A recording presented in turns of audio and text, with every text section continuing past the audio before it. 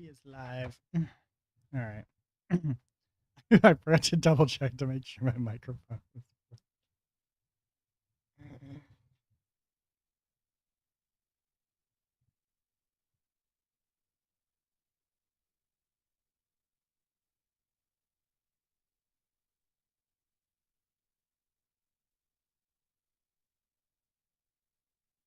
There we go. Okay, so it's quite dark apparently in this area today.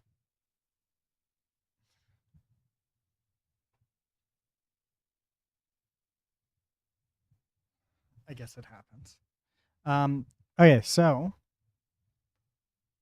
what did I have as my title? Okay, yeah. So today we're going to be working on Pub Sub Hubbub. Pub Sub Hubbub.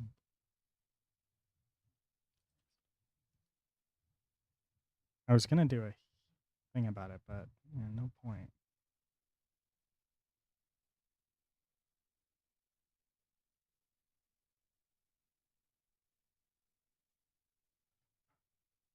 Oh, this is my catch-all. Okay, so what we need to do, and here if we go new terminal. If I do mix test, right, and then we take the relative path for this, and we test it, just this file here, right? Just test this. We're gonna get a list of all of the things, right? Or an error, that works too.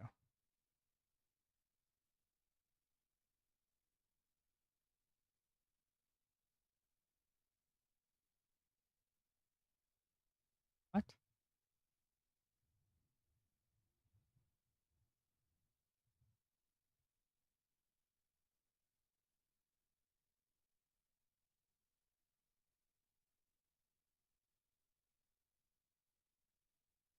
That's different.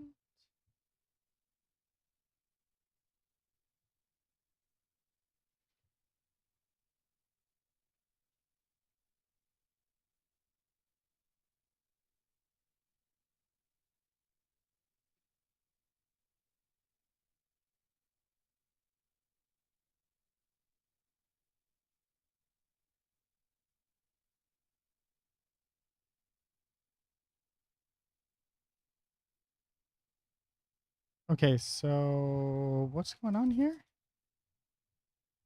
Mix test.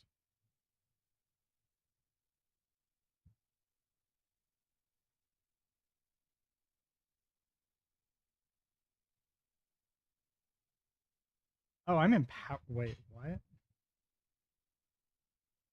That's not right.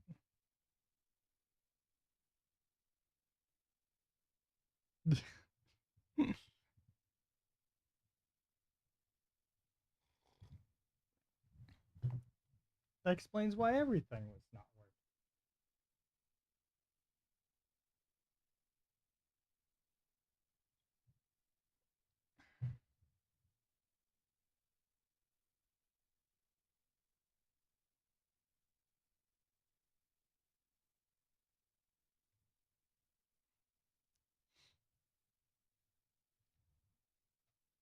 All right, we're gonna see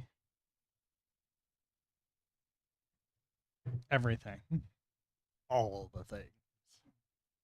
There we go. So we can see the entirety of this happen, right? This is like every part of it. Although I don't have this, I should probably do this. This is just element name, and oh wait, I already have it.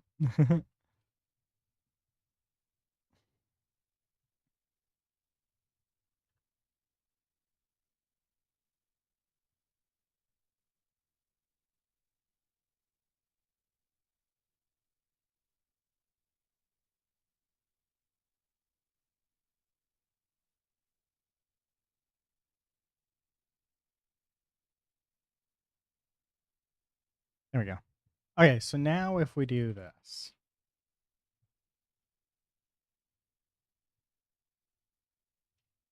we do mix test, we do copy relative path. Then we do clear. Oh my God. Tired of streaming to 0? Let's change that. Only break the TOS. Oh my God. Actually, I don't care about kick. Ban. I'm guessing they're literally 0 followers. Probably just made the account. That's an error right there because I forgot to remove that. There we go.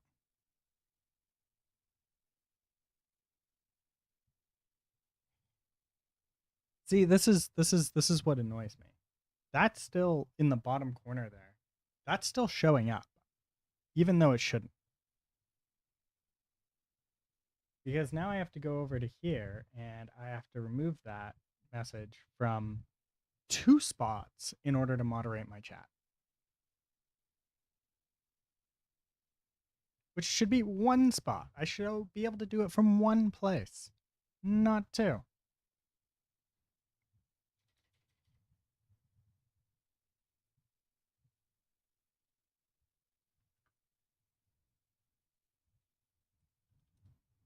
Mm-hmm. Mm-hmm.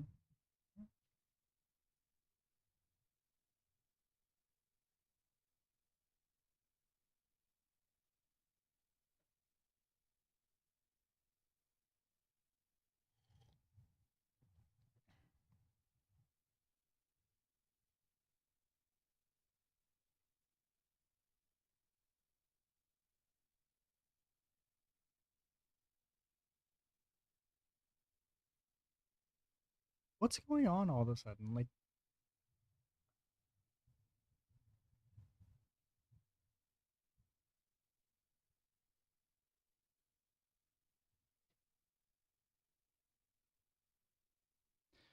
oh, that's why. I always forget that I'm on Windows and it just makes my life fucking challenging.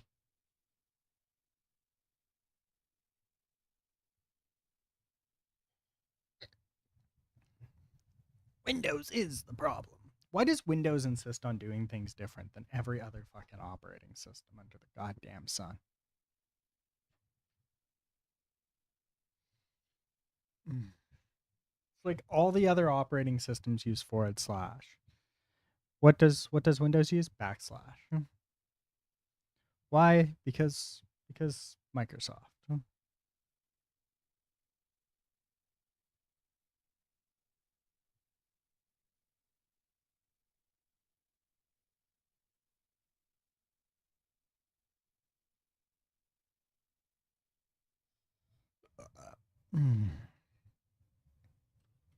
Okay.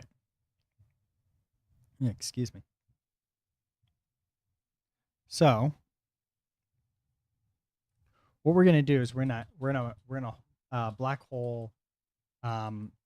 Anything that actually no, we strip them out because we don't want them. All right, and then all we have to do is what we're trying to find is the video ID and the channel ID. And this is the video ID and this is the channel ID. So come up here and then we get start document. Do start element. Here's where if it's an element we care about, we're going to actually worry about it, right? So we do, we're going to pretend that these are correct, right? So give me a second here. We're going to do this just to see if this works. Print, or sorry, inspect. And then we're going to come over here and we're going to do this. Label.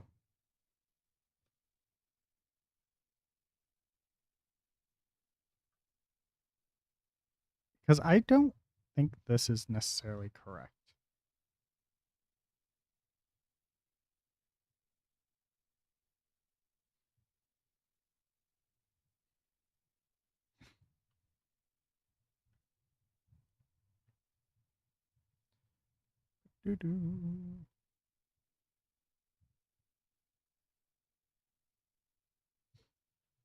Elixir def struct.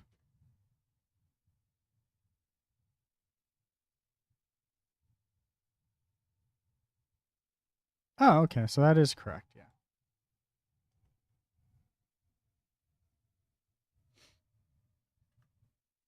I'm going to change this to XML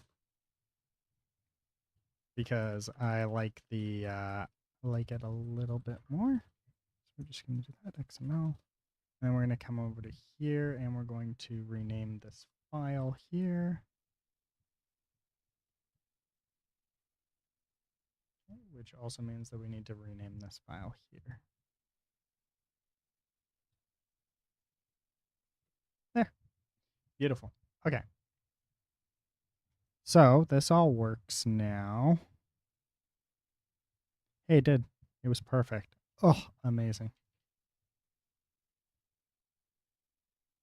We're going to do one more test to make sure that everything's still working after the change. And then we're going to jump into actually doing the parsing.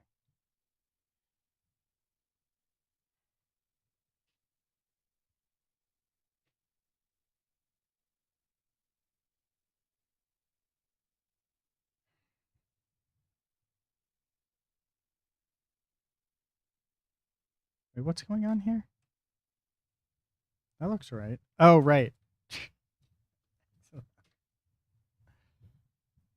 It's still spelled wrong.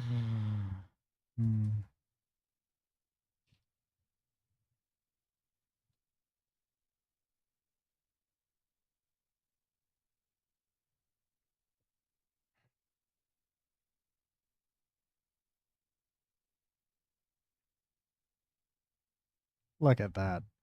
It's amazing.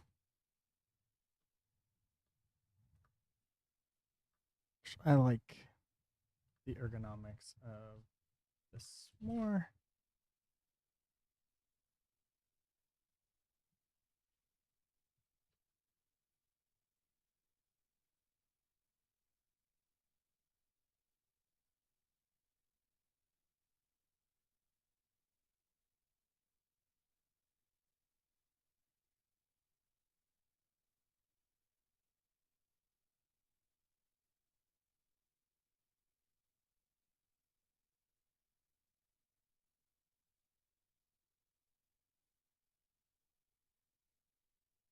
And again, we do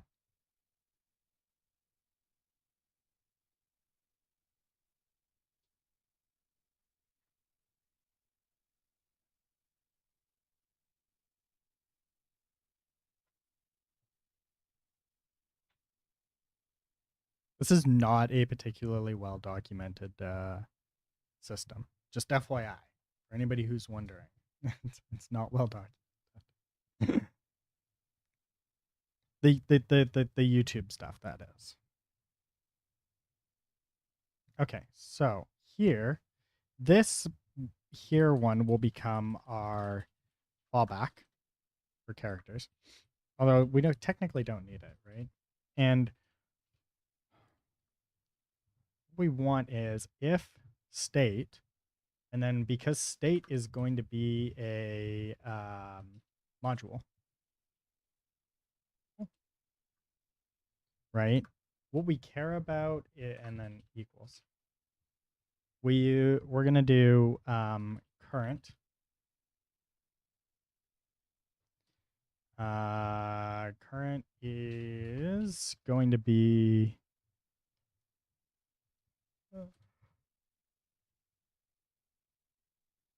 video ID. So we're just going to do this video ID. Actually, no, because these won't come in very often. So we'll leave it like this. All right. There we go.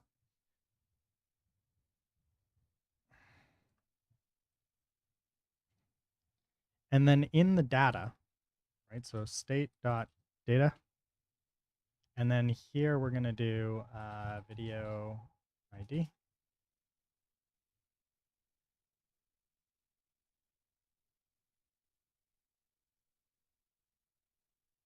What is it? Enter number. I think it's number.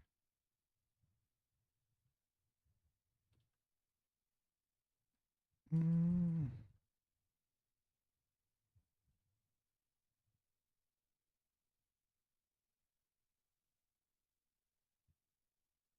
All right. Video ID here.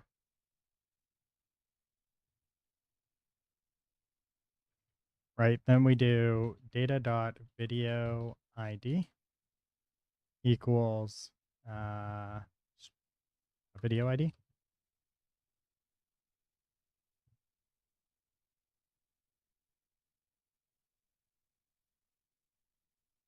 There we go.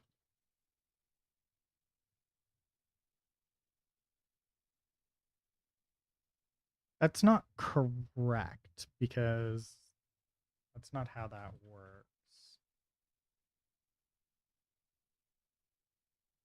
Hmm.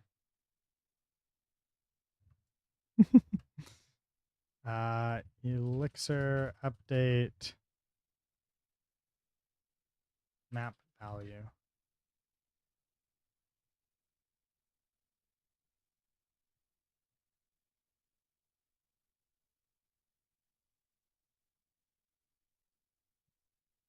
Get and update. Here we go, update.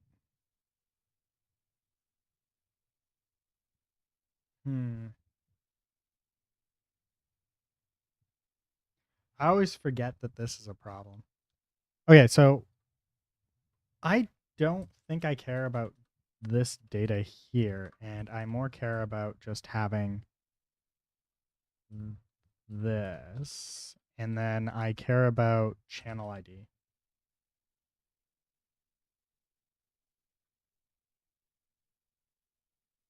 And video ID, I don't know why I was thinking video ID would be an integer. It's going to be a string because it can be a string. And then this here,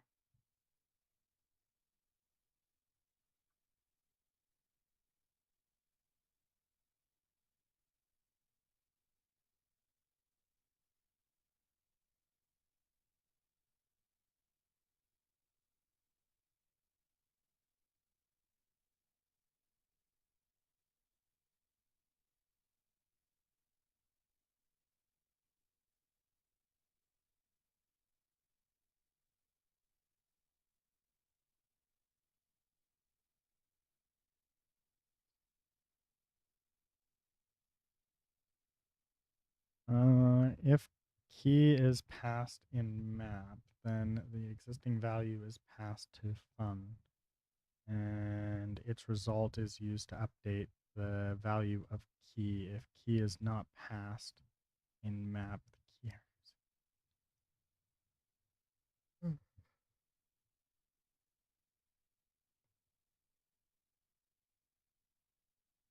Wait. So this would just be this and then video ID. And then this would be our state, right? Because this returns, that's just this. Okay, so this is just, we do this and then we do state. And then if we do this, we're either gonna, oh wait, I forgot to change that.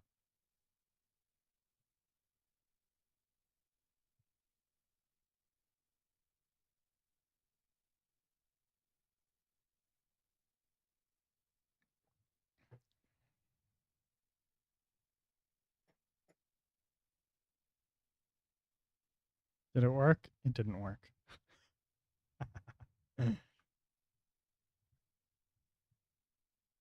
It's because it's not a function.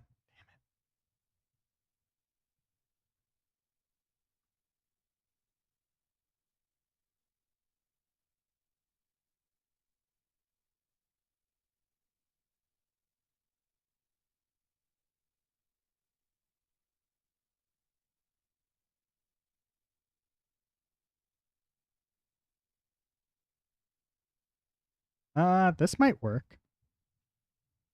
If not, I'll just do it the long way. Yeah, no.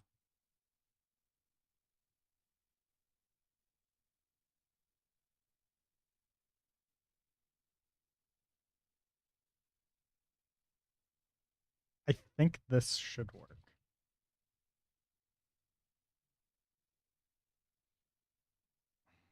Yes, yes. I can just do this. Actually, wait, is there I don't actually care about updating. It's like it's more of an replace, right? Yeah. Or a put even. Yeah, it's put. Okay. It's put or replace.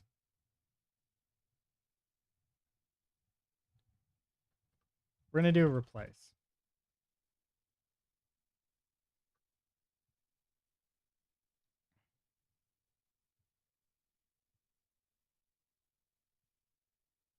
And if we don't do that, we get back. What do we get back?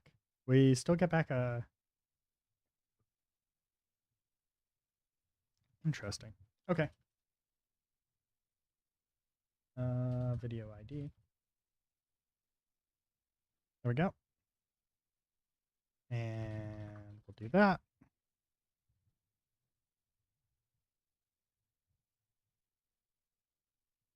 Actually, we shouldn't do that.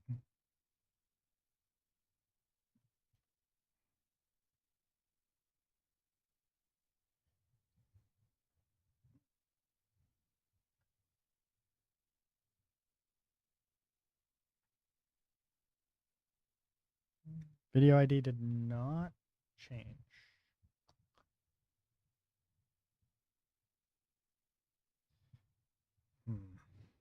Did the video ID even show up though? Video ID. There's the video ID. This we're going to say video. We go like this.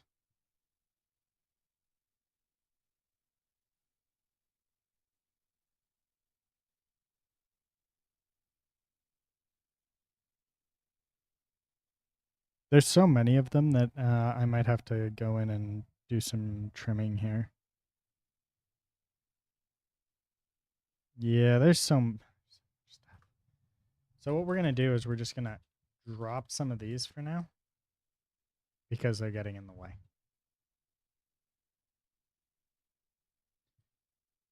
Oh, wait, this is the problem right here. Start element. We do map dot replace, right? And then we take this and we say data, right? So the data here is for start of an element feed and then the arguments. And which one do we care about? Well, we care about this one right here, right? Replace. So what we're going to do is data here. We're going to say, we're going to do this, this, this, this, and then we're going to do the replacement here and this one because we can. We're going to do this, right? And this is going to be element of YT video ID, right? And then the arguments we don't care about. I wish that it gave you the entirety of this string all in one kind of thing, right? Broke down to like element and then this and then the value and then this kind of thing. But I kind of understand why they didn't. Like it does make sense, but it is a little bit of a nuisance. So what we do is we take this, right? And we'll do this data just so we can keep it. And then we do state equals, and then it's state, and then we're going to do current,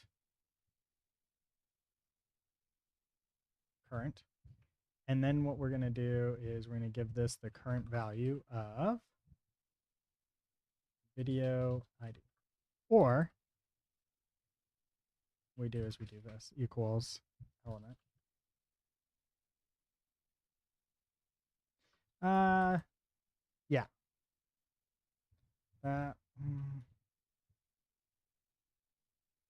And then we can come down here and we can say YouTube video ID. Here we go.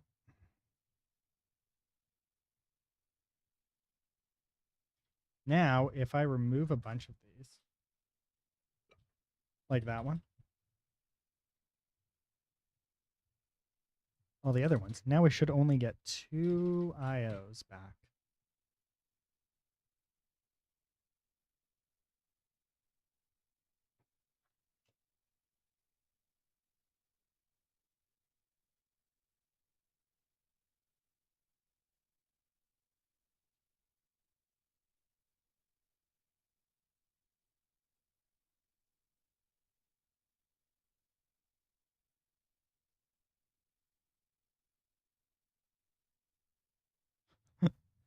We got 10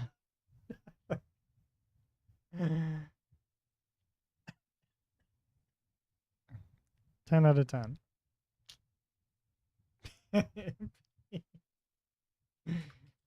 Peak. What did we get fucked up here?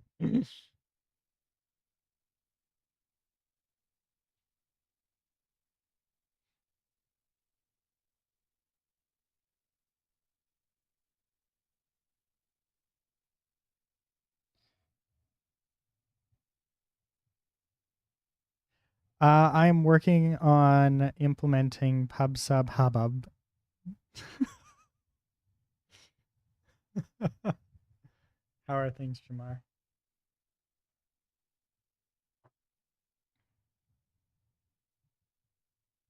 By the way, did you know that that my system actually does work for Twitch specifically? Hub what? So it's called Pub Sub Hub Bub.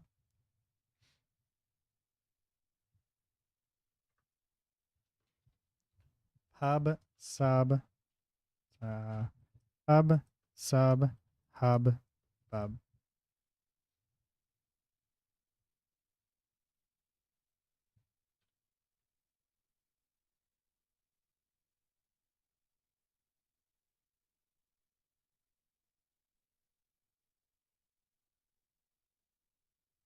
Check this out, check this out, check this out.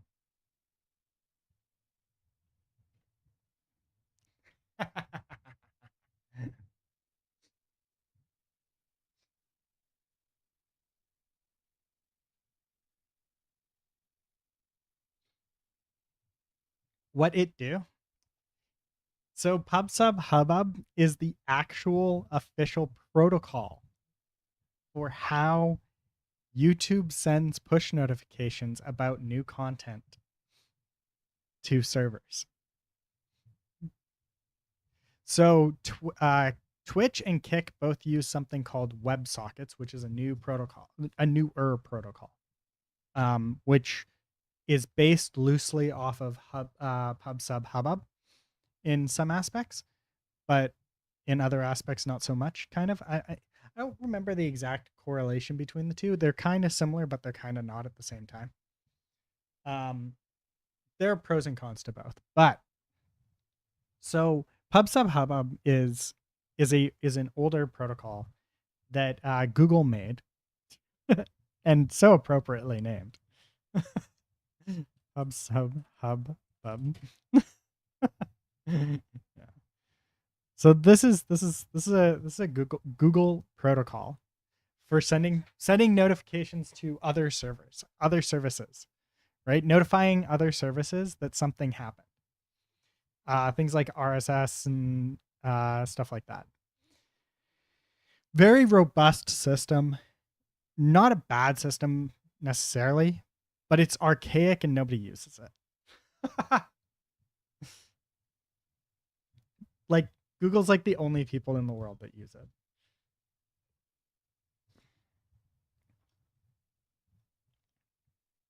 WebSub is a new thing. Actually, I guess WebSub is now new. I guess there's nothing stating that that PubSub Hubbub needs to use anything specific for XML, does it?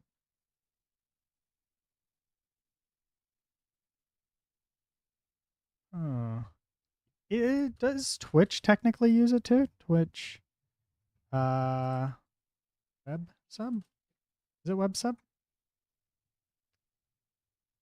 API event sub. Yeah, it's event sub. And they just use plain webhook callbacks, right? So I'll this is how notifications work, right? For anybody out there that's wondering, I have my server, right?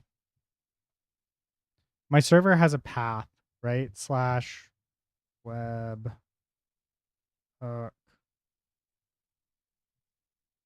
slash x y z.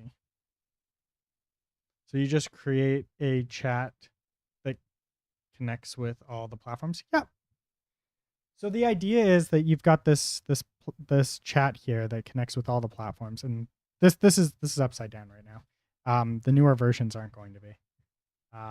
Anyway, so you've got this chat, right, that connects with all the platforms, and then if I bring over Twitch, this is what I want. I want this chat right here. So if I click here, I can see your messages, right? See these messages here. Right? I can see messages, I can see mod actions, mod comments. I've never modded you, so, you know, whatever. Anyway, so I can see all this and I can scroll through all of your old messages from me. And I can see details about you. And then I can also ban you or time you out or warn you or give you mod and stuff like that, right? But now if somebody does something and they want, and I have to do this same thing for Kick, I have to come over here and then I have to click on their Kick here, and then I can see their details here. Cool. That's not what I want, right? And then if somebody says something, so like, okay, yeah. So say that I want to ban this person for being a body spam, a bot and a spammer, right? I have to come into here and then I have to ban them, and then I have to come into. Oops. Can you not do that? Group. There we go. And then I have to come into here, and then I have to go like this, and then I have to do add to block list on Restream. And then if I want to do the same thing for YouTube, I have to come over to YouTube. And I have to go to your channel, and then I have to click over to here, and I have to remember to mute this, and then I have to do the same, ban them here, and then I have to come back over to Restream, and then I have to go here, and I have to add to the block list again.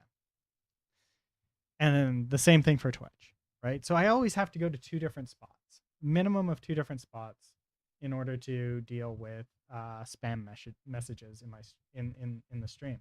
And I don't like that. I don't think it should be that way. I want to be able to see all of them right here. Then I click on them and I can action them right here in this window. By the way, you can actually open this page. This page is live. It's actually on the internet.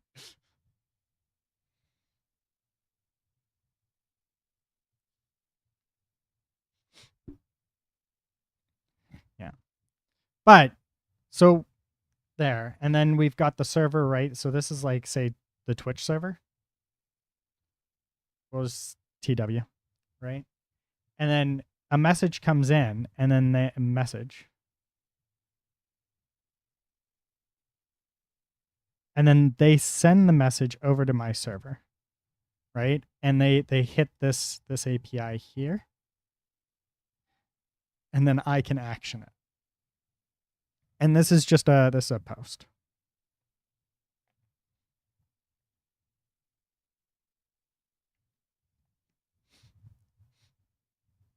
Murray, see free for free. I think I fucked up your name there at the end. Murphy C free.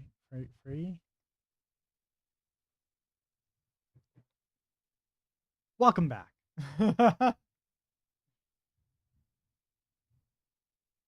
It's been a hot minute.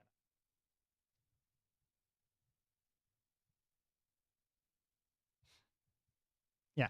So anyways, so this uses JSON for Twitch. And then YouTube's like, hey, we're going to be different. We're going to stick with XML. So this is what YouTube sends me to tell me that that a new video has gone live. So what we have to do with YouTube, right? So with Twitch, it's really easy. There's a web and that we request that every time that a chat message comes in on a specific channel, they send us the chat message as well, right? So that's how we do it at Kick. That's how we do it at Twitch, right? We request that every time a new chat message comes in, they send it to this endpoint as well. And that endpoint's on my server, right? And then for YouTube, what we have to do is we have to subscribe to all notifications. All notifications for the content creator, right? So you subscribe to the channel. So this is how a server subscribes to a YouTube channel, right? So I subscribe to this YouTube channel, and then I get a ping with a body that looks like this every time something changes on this YouTube channel, right? So in this case here, I think that this is the mock-up for a fake like new published or something like that. Anyways, so we get the video and the channel ID, right? So the video ID and the channel ID. Then we have to go and check to see whether or not this is a live video or somebody posted content. And if it's a live stream, we have to check whether or not the status is live or the status is, scheduled. And then we should get another one of these when they actually go live. And then we have to go back and check to see whether or not they're live or they're scheduled to be live. And then when they're finished being live, once this is processed and the video goes into the regular videos, we get another one that tells us, hey, this video here was updated. And then we have to go and check to see whether or not it was a live broadcast that's starting or what's going on with the video. And this is the way of YouTube. Oh, and then the reason we have to know is because we need this video ID to know which video we have to consistently just fetch. We have to consistently pound their servers asking for new updates for chat messages because they don't notify us when new ones come in. We just have to keep asking. So we're like the kid in the back of the car being like, are we there yet? Are we there yet? Are we there yet? And that's how you get YouTube chat messages. Are we there yet? Are we there yet? It's kind of fucking stupid.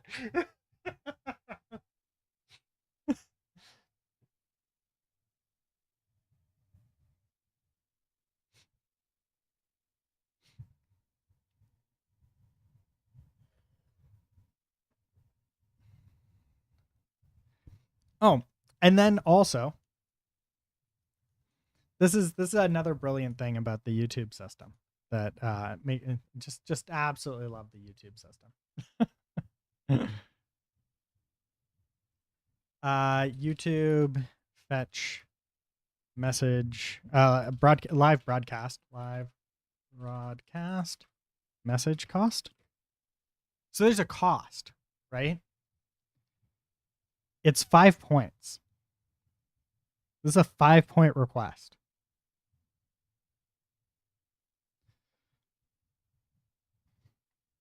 So every time I request new live messages, it costs 5 points. Every day I might get, so they might start me out and say, hey, you get 30K per day.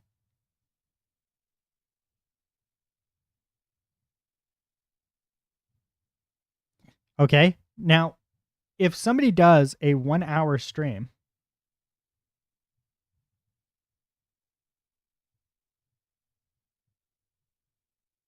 right? And every time I want to check to see if there's any new messages, it costs 5 points.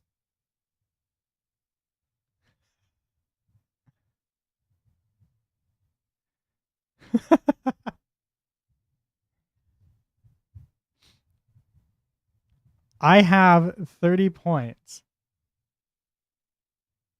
30 I might have like 30,000 points for the entirety of the entire day for every call in order to make every call I make. If somebody streams for 1 hour, how often can I reasonably request chat updates if each one costs 5, right? So think of this as like $30,000, right? And every chat message that every time I make a chat request, I have to pay $5. Right? Every time I request updates on chat. Somebody streams for 1 hour, how often can I request updates?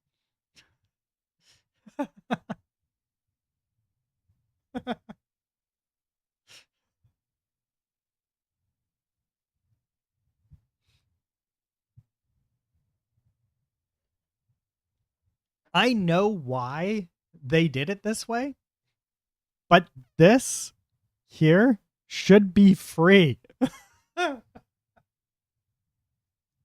It shouldn't cost anything.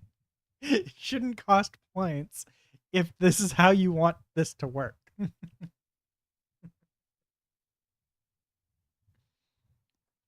I understand rate limiting it by all means. Put a really harsh rate limit on it. But you being like, oh, it costs 5 points. You've got 30,000. Have fun. I can track exactly one YouTube streamer.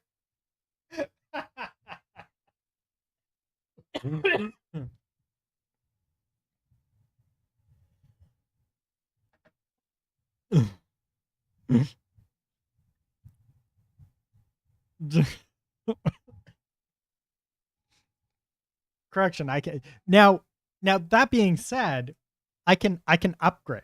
I can request that they look at me and say, "Hey, here's an upgrade amount," right? So, how many points does Google give you by default?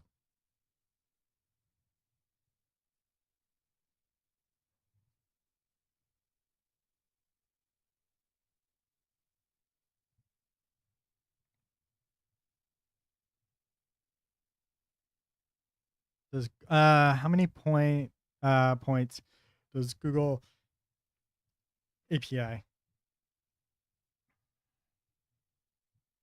Ah, fuck. Anyways, you can request an upgrade where they give you more points. So you can be like, oh, here we go. Data points. Yeah. 30. I was right. It's 30. It's, oh no, is it only 3,000? Anyways, you can ask for an upgrade and they'll give you more points. My system doesn't work with emotes yet. No.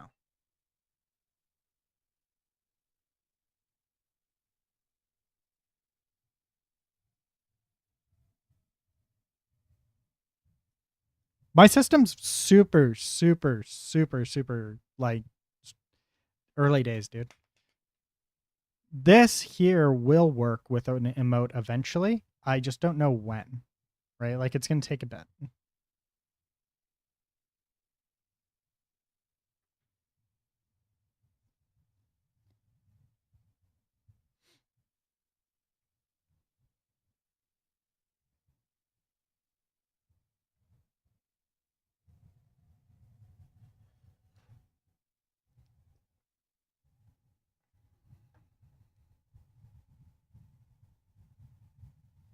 But yes, it will work with, eventually it will work with everything.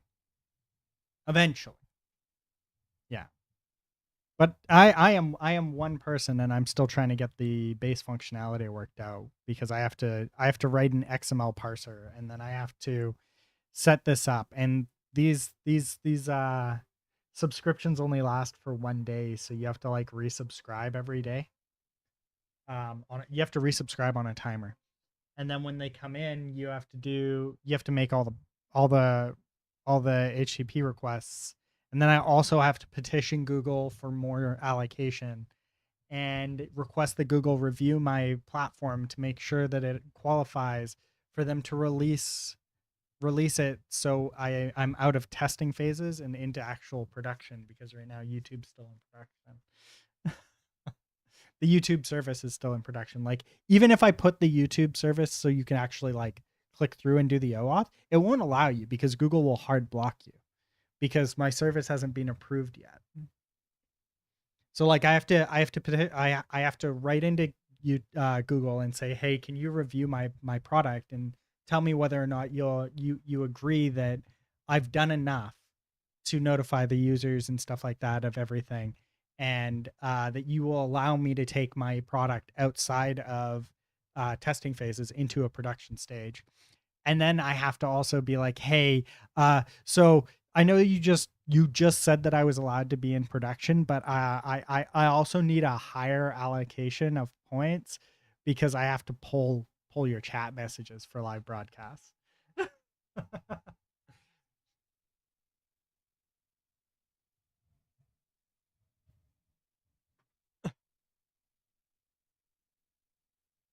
And are you planning on doing customized features? What type of customized feature are you thinking? Because I can tell you whether or not it's on my roadmap or not if you tell me exactly what type of feature you're thinking. Because there are a number of features that I'd like to add that are kind of like service adjacent.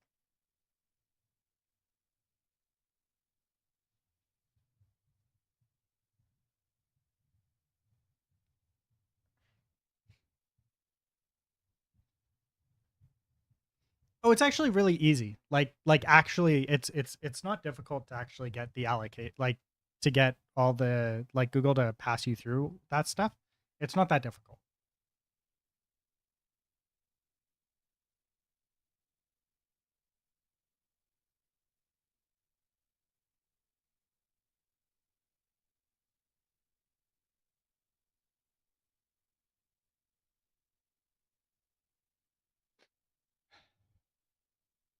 Maybe change the color of the name or fonts, or change the frame of each message, maybe, or at least the color. Yes, I'm already working on that. It's going to be an overlay system. So if I pull this up, give me 2 seconds here. Okay, here. So if we go to here, we go to chat rooms.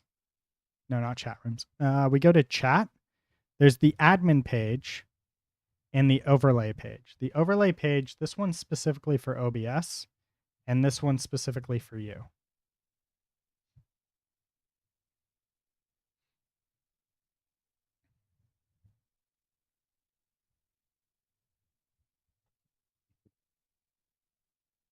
So you're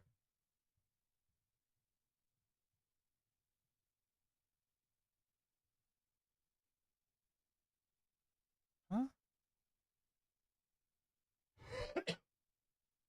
An overlay? This this is an overlay. That's a chat overlay, right? Off to the side there. That's the Restream chat overlay.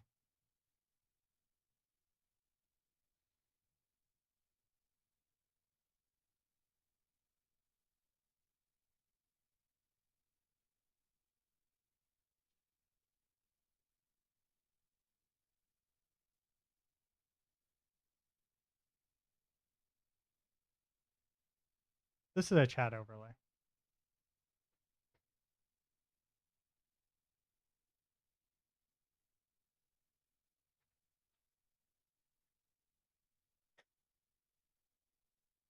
Yeah. Yeah, yeah.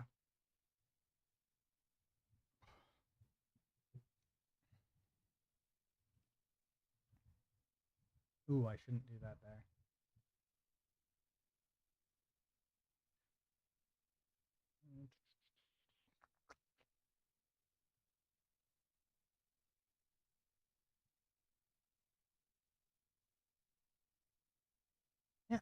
It's right here. So this is a public repo. Everybody can go here and this is the front end.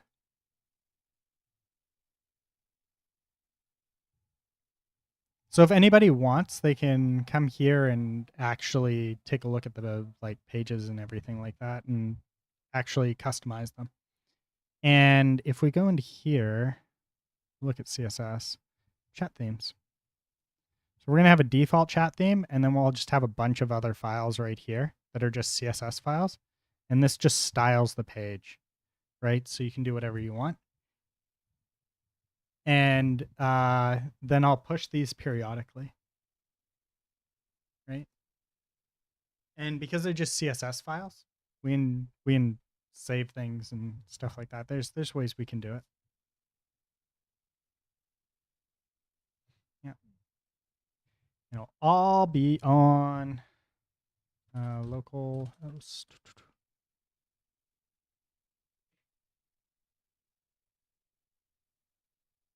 I think I did admin.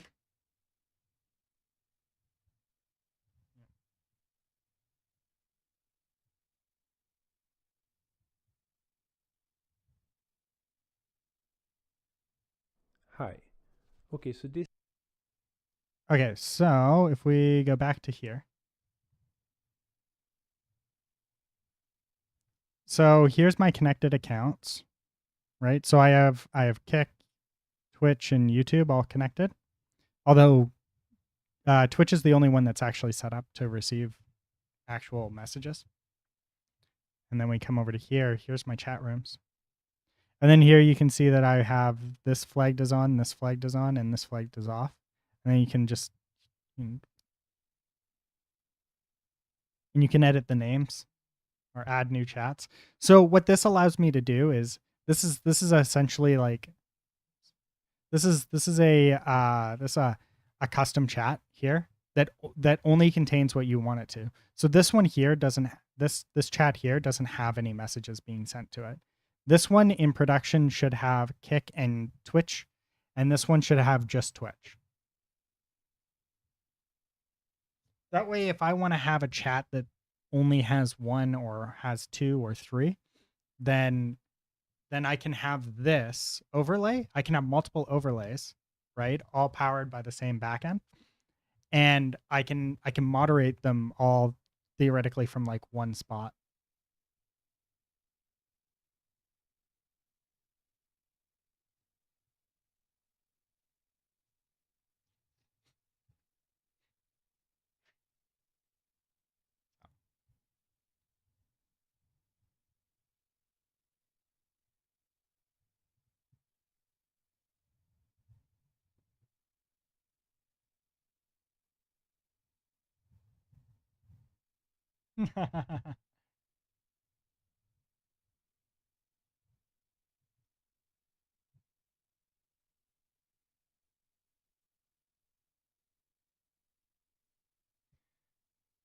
Yeah, but I'm doing a lot. Dude, when you have to do the research, you have to do the research, right?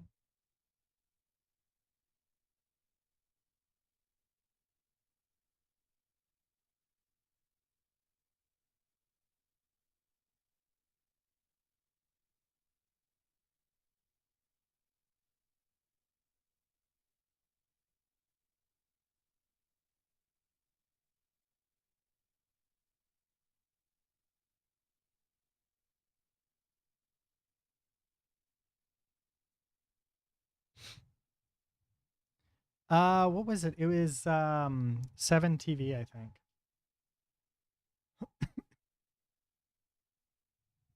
I think it was 7 TV that Chris was talking about, and I'll probably try and incorporate 7 TV as an emote set for people.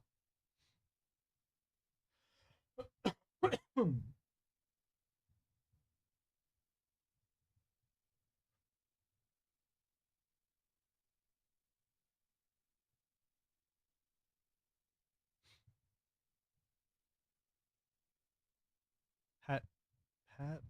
What's pet pet?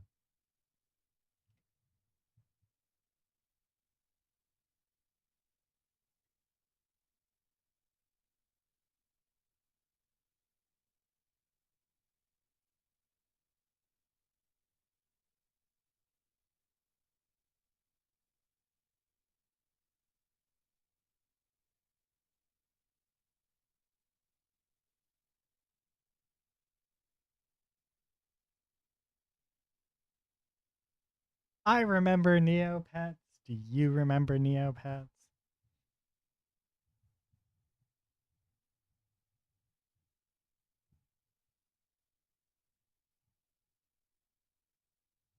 Oh yeah, no, I don't actually I don't use 7TV. I don't use browser extensions much. I'm not a big browser extension person.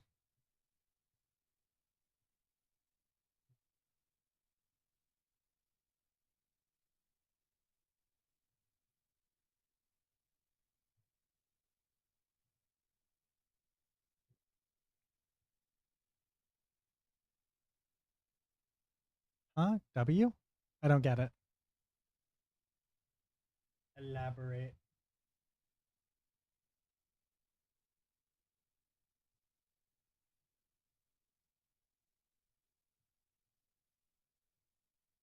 Why? Because browser extensions are dangerous.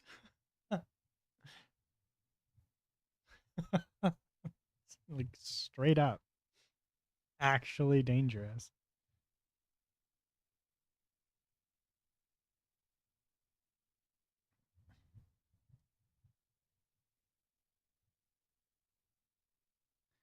So I okay, so I have LastPass, React Developer Tools, and uBlock Origin, right? So uBlock Origin can see literally everything that's going on in this page. It can read everything. If there's a password, if there's a password box right here, and I click on it and I start typing, right? It can read the password box in real time as I type. It can see every character I type into it. It can see everything that I click on. It can track my mouse. It can do everything. It can track me between every single page that I ever visit.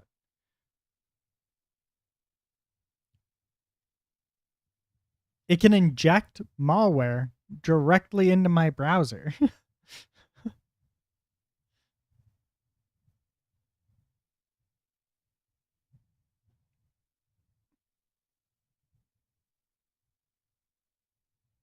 Yeah. Um,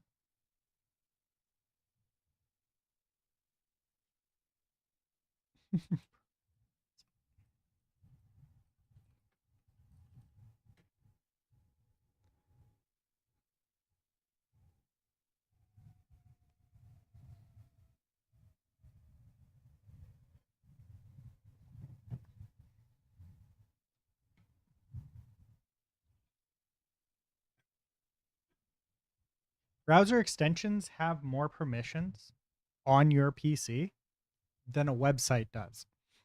So if a website is capable of compromising your system, a browser add-on is capable of compromising it better.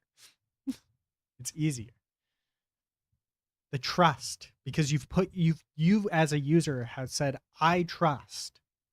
You've told your system, I trust the code inside of this extension. Right? So so if I look at this, uBlock Origin, I trust.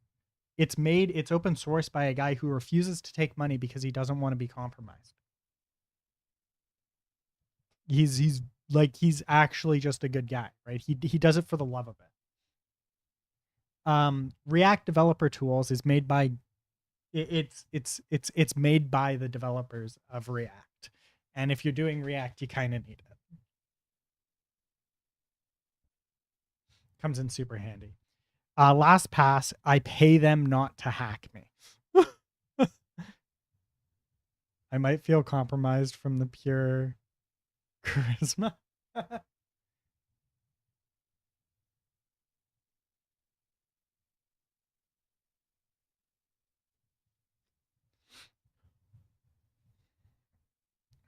Soto, how's it going? Does it have as much riz as you? Can it swoon me with its powers?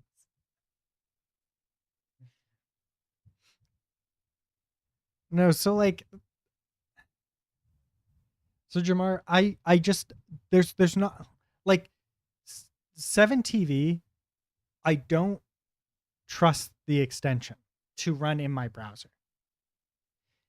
it doesn't mean that it's bad. It means that I just don't it doesn't serve a large enough purpose for me to say I trust this extension. Yeah, Odin, I'm doing okay. I've got an interview on Wednesday. So I've been doing I was doing a lot of prep for that, and I was starting to get really depressed with it because I wasn't building things and it was driving me into the depressos. So I switched back and I had to give up the ghost on that one. I can only do so much leak code before I start, you know, going down the road of the depressions. It's not that kind of interview.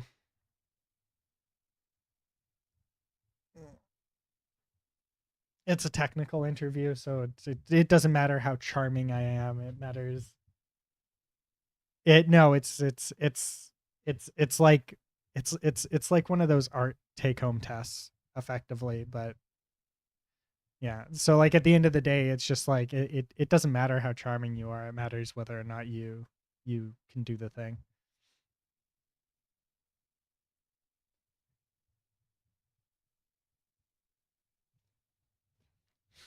I'm in the I might be having more interviews with some other companies as well soon, so we'll see. Maybe one of them will pan out. I don't have the highest hopes for the company I have an interview with on Oh yeah, no, I know. I'm aware. It's just like 7TV just doesn't have like the extension itself doesn't serve a purpose that I care enough about to allow them access the level of access that an extension requires into my browser. Yeah. I thoroughly do not believe that the 7TV extension is doing anything malicious, and I have actually read their code, their some of their code, and they seem very much so on the up and up. Because I was talking with Chris about it, I think, and he was complaining that there was, I think it had to do with like YouTube was like not enabled by default, and he was having trouble with it not always being flagged correctly or something like that, or so it wasn't always showing up properly. I don't remember the exact part of that conversation that I was having with him. So I like actually went and looked at their code to see like it like are they like how are they flagging different sites and stuff like that. And outside of Twitch, every single uh outside of Twitch, if you want a different site enabled, you actually have to explicitly allow it. So like they're definitely doing their due diligence and being very hard on that one, which is cool. I respect them a lot for that. But still, it's just like they don't solve a problem I care about. So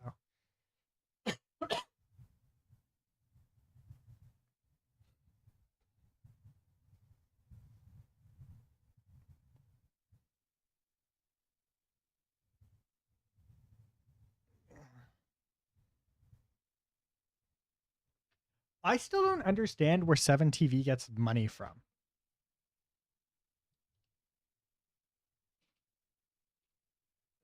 Like, how do they make money? Because this product is not cheap.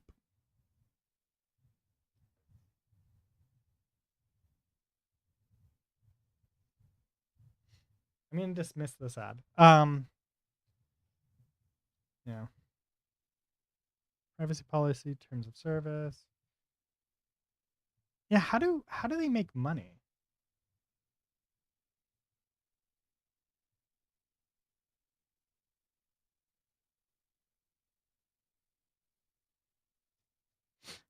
Yeah, but just because you're open source doesn't mean that you can pay the bills, right? They're also not open source, they're source available.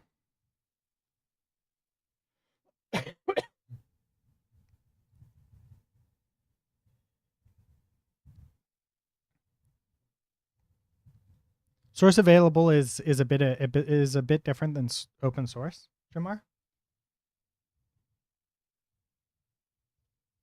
So what source available means is I can go and I can read and potentially contribute to it, but I'm not allowed to use the code. I can't take their code and use their code in my own product.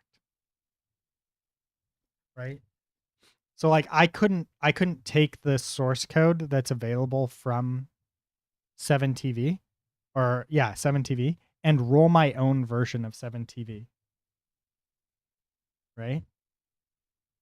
But source available means that you can audit the code and make sure that they're doing everything on the up and up. They're a good service, but like I do wonder, like, how do they make money? Right? Because somebody's got to pay for the servers. And their servers are not cheap.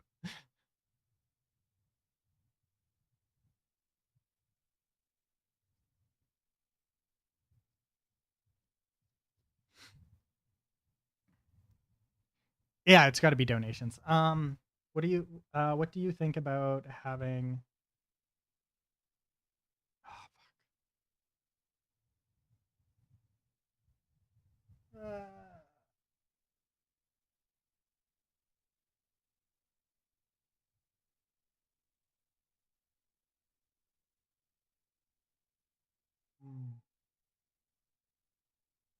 I'm gonna answer that as soon as this ad finishes.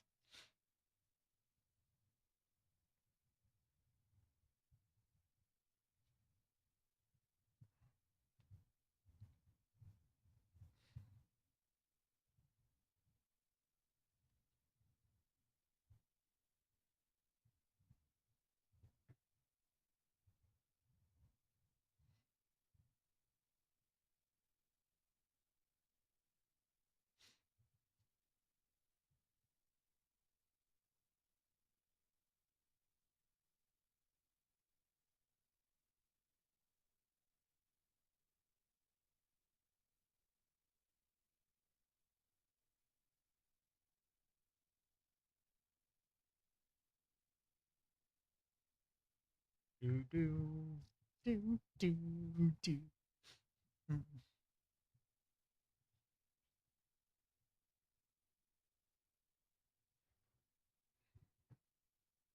Ah, there we go. We're back. All right. So yeah, no, yeah, it's probably that. So to answer Don's question, what do you think about having the back end as source available for an application that that uses that has users and some private data? I think that's entirely acceptable. There are many products that do it. Sentry. Sentry has an open source. Sentry is open source, right? So source available equivalent. It's a monitoring platform that centralizes error logs. Really cool. Really like this platform. GitLab, another example, open source company. They do a lot of open source and source available if you pay for the pro plan as well. To just Sentry.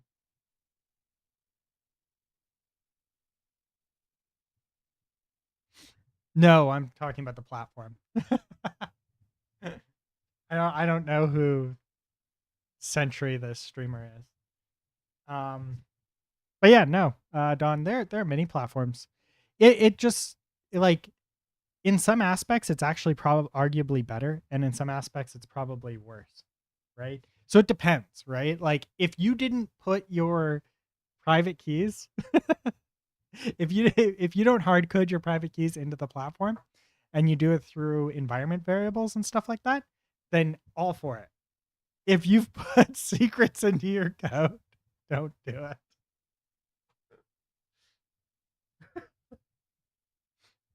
Yeah, just as long as you're not hard coding any secrets, then it really doesn't matter. It's arguably technically more secure, right? Like if you open source a platform, then if somebody wants to, that has the ability to, go and look at your code and be like, hey, there's a security issue here, right? Then that person who maybe has an expertise in that would be able to do that and help make your platform better. So yeah, as long as you don't hard code any secrets, then you're fine.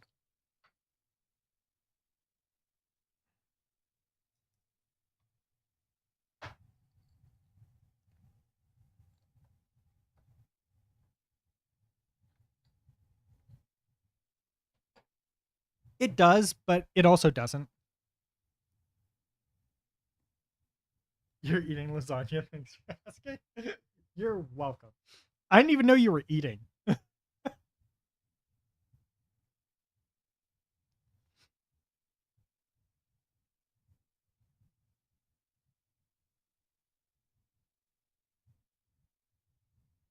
Like, yes, but also like no, right? Like it really depends. Like, so if we were to take example of the OAuth crashing issue with Kick, the chances there's like a 99% chance that that's not going to be a security vulnerability just off the sheer face that you're not getting any meaningful data back. And I'm not even sure how you would exploit that in such a way that you'd get meaningful data back. Does it so is it potentially a security vulnerability? Maybe. Is it 100% a security vulnerability? Probably not. Like, it's not super difficult to protect yourself from like most things, right? Like, use an ORM um, that uses prepared queries, which like every ORM does, right? And that protects you from like 99% of everything that you're going to run into problems with, right? And then the other part is just like cross scripting attacks, right? If you've just got something that attaches the correct headers to prevent that, then you've saved yourself from that. Like just outright. Like cross scripting is just incredibly difficult, right? Um because then your server has to allow the other platform to pull in data, right? So yeah, I think I'm overthinking the 1% of things that could be exploited. I think that it's less than 1%, if I'm being honest. It's probably like 0.5% or 0.1%. Like for the most part, like if you're using a modern framework or a modern framework or a modern system of any kind, and you are because you're either going to be using like Django or you're going to be using JavaScript, right? And those are all modern systems. They're actually safe out of the box for most of the most egregious things that people are going to find, right? So chances are that you're safe, right?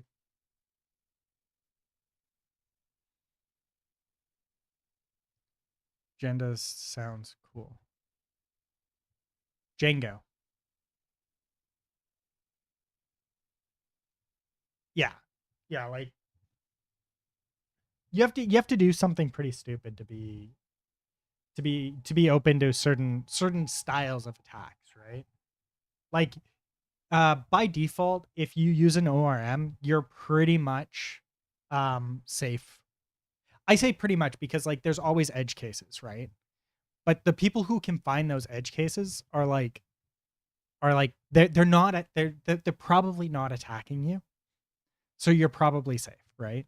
But like if also like if there's an edge case vulnerability found in Django's ORM or in Ecto, which I'm using, yeah, Django.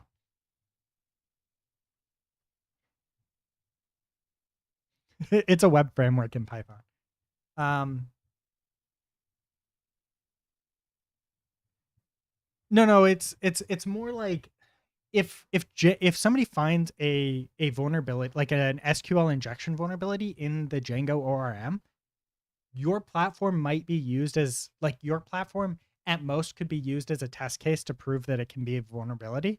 But even then, it's not worth the risk because you're spreading something that could be used to attack actual, like, this sounds worse than I mean it. Actual useful platforms, right? Because like it's I again, it sounds horrible when I put it this way, but like there are some really big sites that are using Django that if somebody could compromise the ORM in Django, they would be prime targets to actually exfiltrate like real meaningful data, like potentially hundreds of thousands of records of people or hundreds of thousands of credit cards and stuff like that, or millions of credit cards. Because if I'm not mistaken, I'm like 90% sure that Instagram is still using Django. So Instagram is using Django, if I'm not mistaken. Does Instagram still use Django?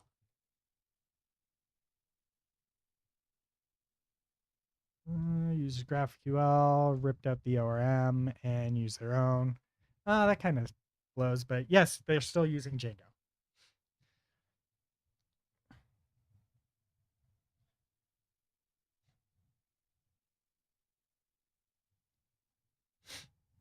So, like, up until they ripped out the ORM in to use the GraphQL one, um, just like there's just like there's some meaningfully big platforms using Django that would be much better targets. Django would be a weird one. Yeah, why, that would be an interesting web framework. What's your web framework of choice? Django. Like the one where if you pull the brick out wrong, it topples everything. Yeah. Yeah, no. Don, you have yourself a good workout. Thanks for stopping by.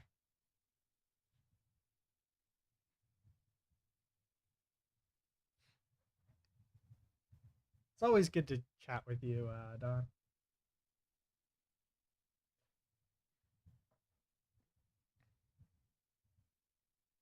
Hey, users need to be more careful anyways. Users largely do need to be more informed. Like what is that? Well, I'm trying and slowly getting there. I'm trying to I'm parsing XML today.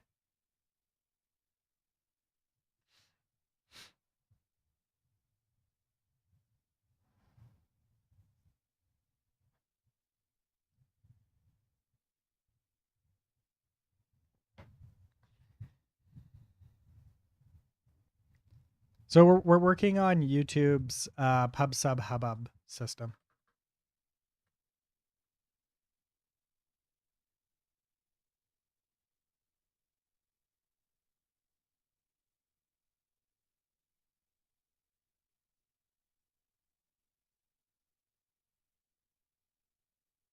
I'm working with pub sub hubbub.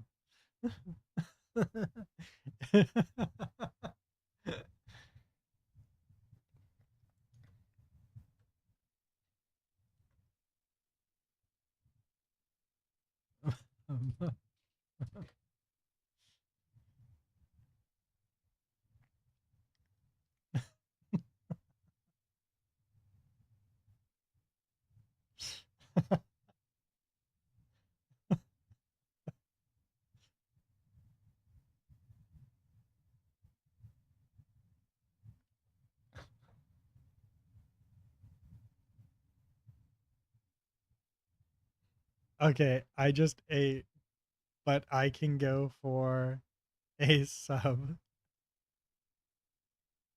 Thanks for asking. Yeah, but can you go for Sour Patch Kids?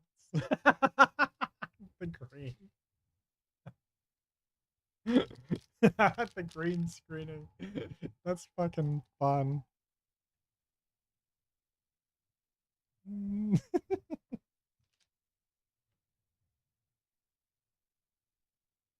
Just regular.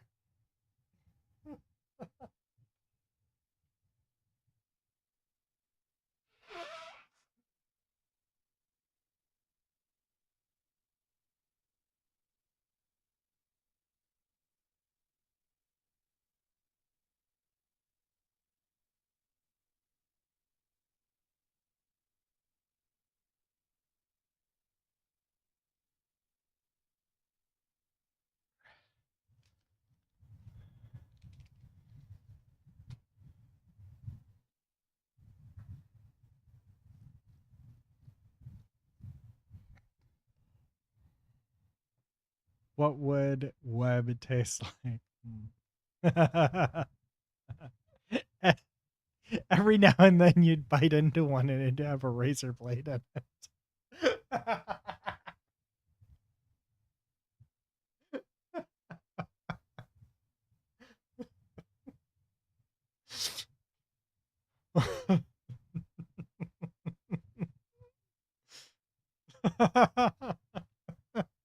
It would taste like razor blade.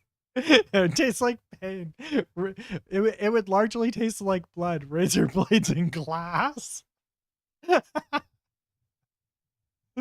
Every pack is guaranteed to have at least one razor blade and glass flavored, or one candy packed with razor blades and glass.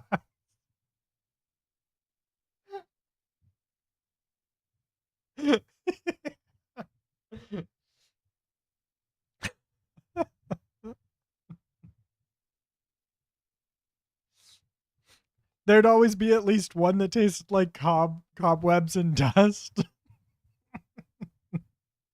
You open it up and a fucking tumbleweed passes by.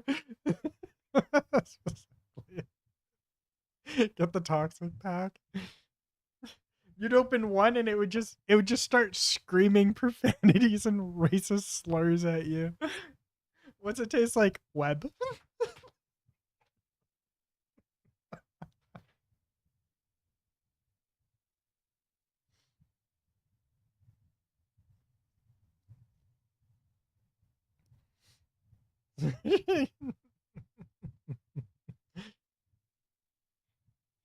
What's this one? The Twitter pack. Don't open that. It's full of things you don't want.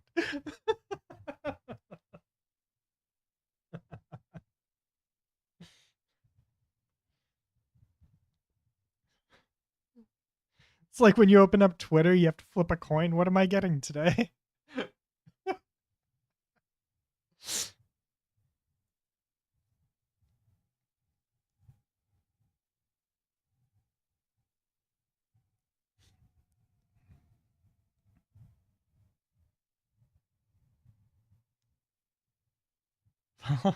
Look at art. Then you probably have a fair like that's almost exclusively what I use Twitter for as well. This is what I want. So did it work? No, it still didn't work.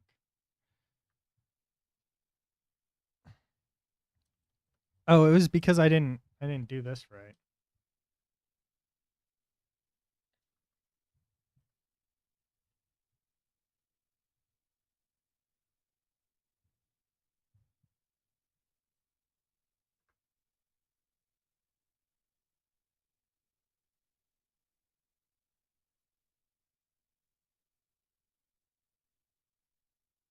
Those videos I can't see on other platforms like fights or TikTok really. I will show fights.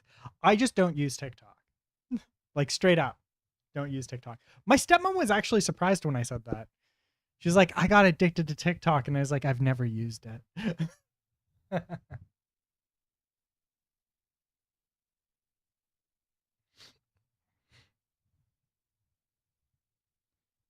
So I think this happened, but this didn't work here.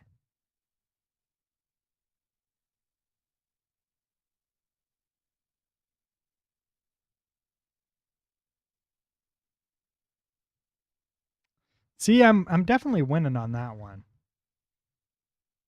Because I never got addicted. So yeah, winning. Are you winning, son?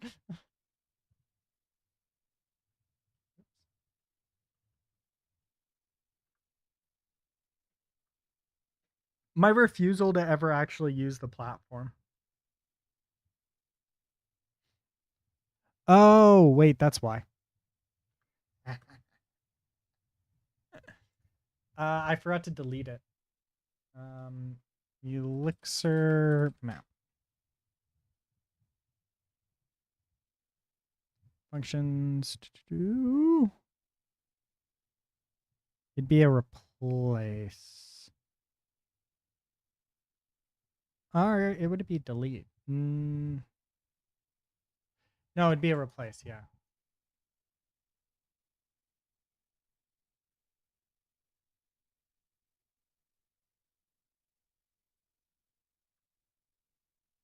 So what we can do here now is we can do this, and we do that, we do this, we do this, we do this, we do this, we do this, we do this, we do this, we do this, and there.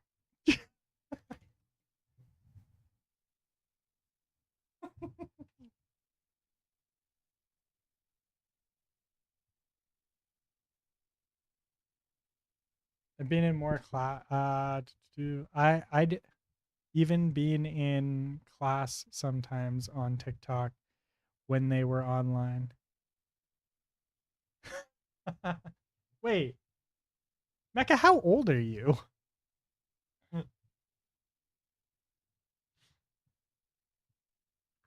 I think here we're just gonna do a merge. 25? Like university class? Actually, wait. Yeah, no, it'd still have to be university, right? Okay. That makes more sense. Okay, can I do a merge for this?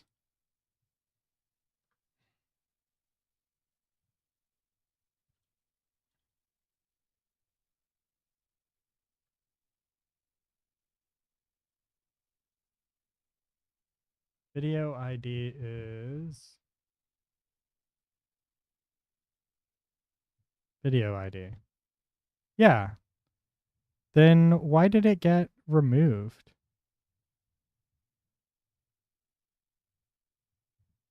Oh no, it is there. Okay, sweet. Okay. Whew. Merge.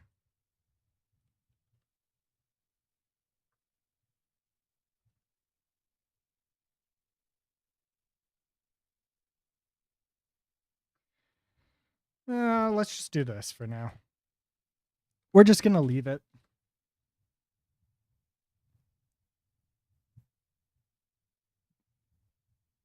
I'm younger and wait. Imagine I got held back in high school for 8 years. Younger and prettier and taller. Also deaf, can grow more of a beard. I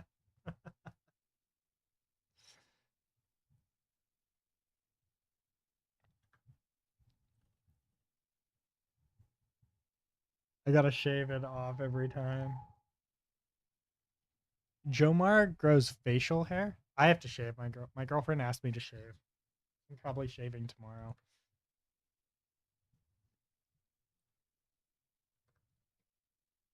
Okay, so we're gonna do this one more time here. So we're gonna come to here and then do this, then do this, do this.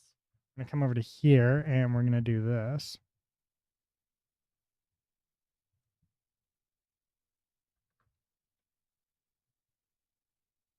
Which will allow us to do this. Which will allow us to do this. Which will allow us to do this. Channel ID. Which then we can do this. And then this. And now we'll have the channel ID as well.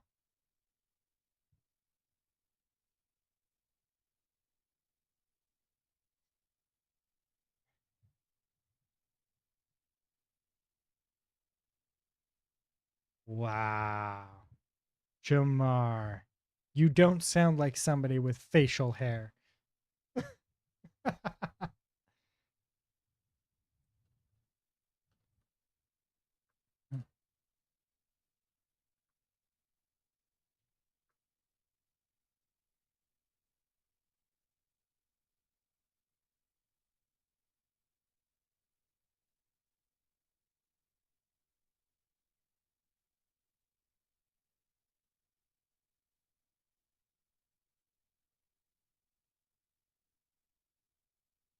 Yeah, and I'm shaving tomorrow.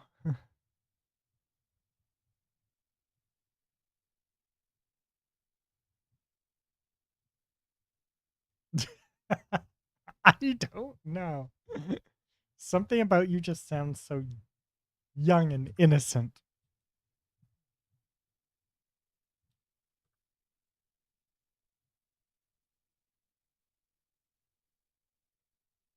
Is there anything else here that we care about?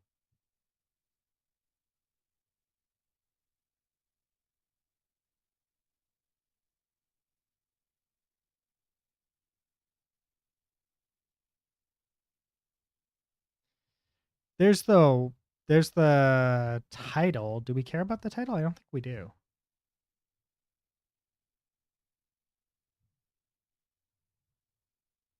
Where is Omni Man? Where is he? I don't know.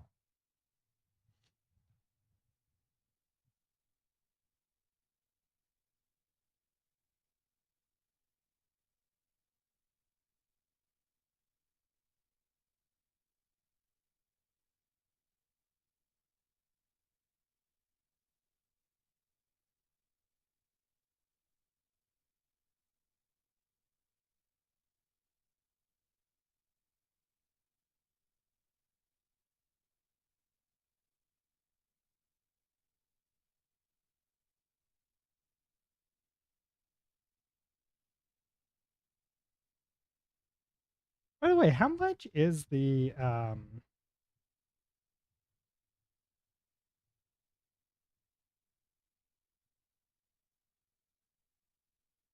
much is the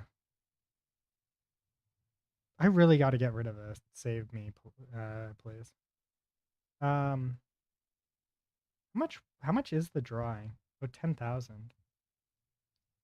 1 hour 30-minute drawing for 10,000 points.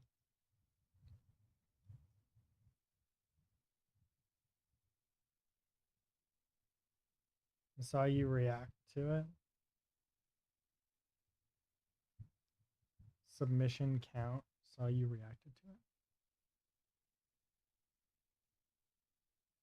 Wait, I'm confused. Do you mean the piece that I did for you? My my thingy of the Pokemon? The Pokemans?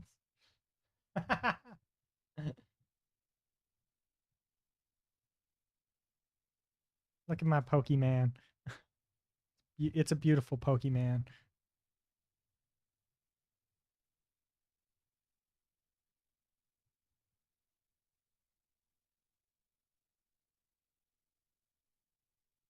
Does it look like AI art yet?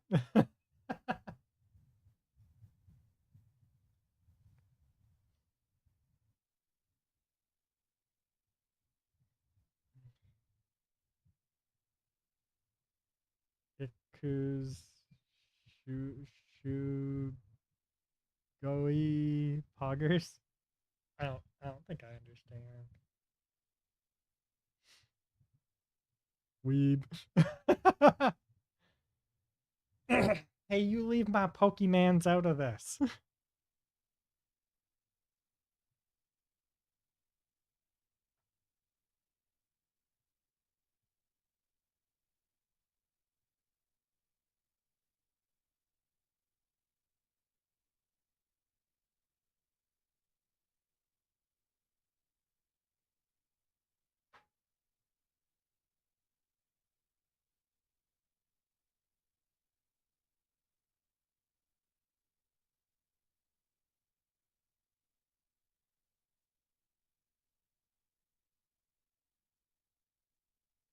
Okay, I think I got all the information out of this that I care about.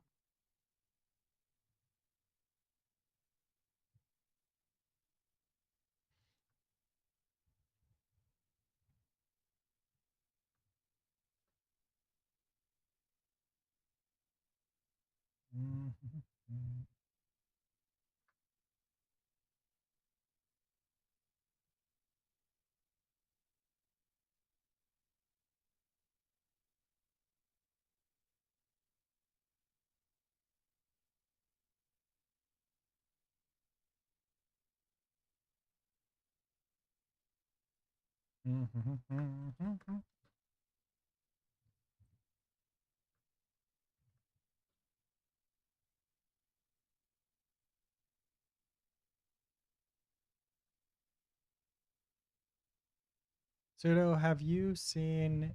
Yes.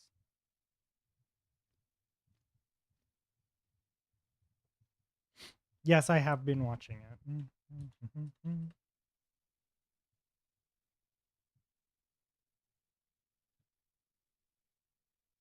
Oh, wait, this is not right. Sorry.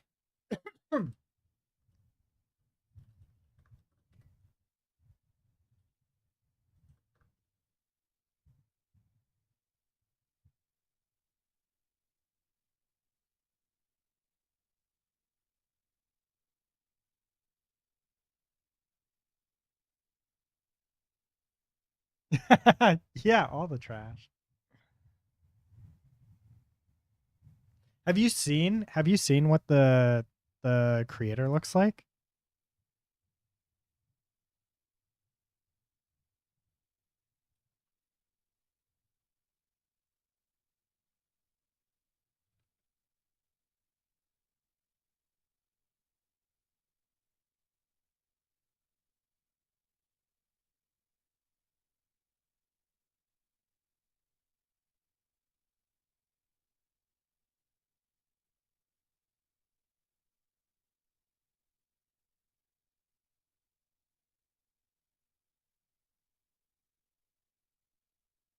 Yeah, she's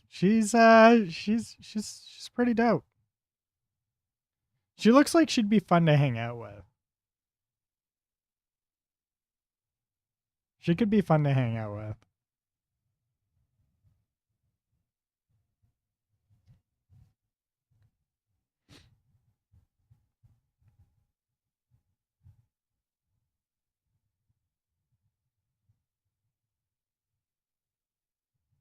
I really like the way that she drew this one. That they did this character here.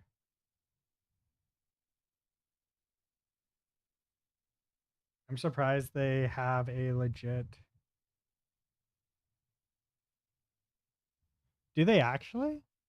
Yeah, I guess that does make sense. Their graffiti looks really good. I don't remember what her name is, but they did a really good job on the art for her character.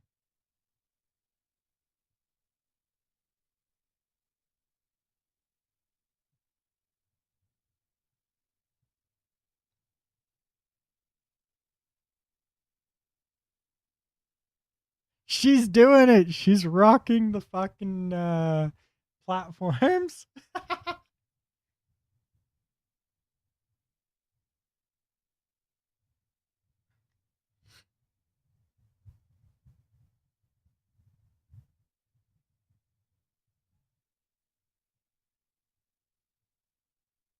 think manhole cover. Oh yeah, I remember the girl with the manhole cover. Let's see what to do.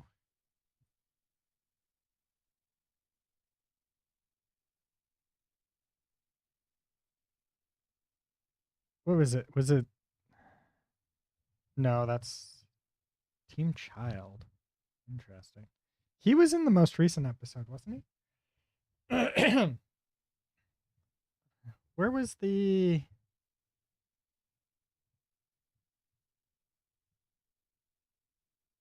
Where's the manhole cover girl? This one, right? No, this isn't her.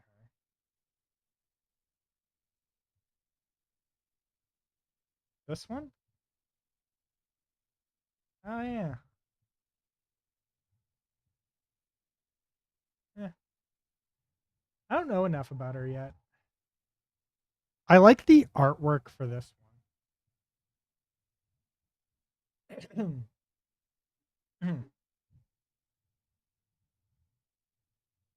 They made her too skinny here in the hips though.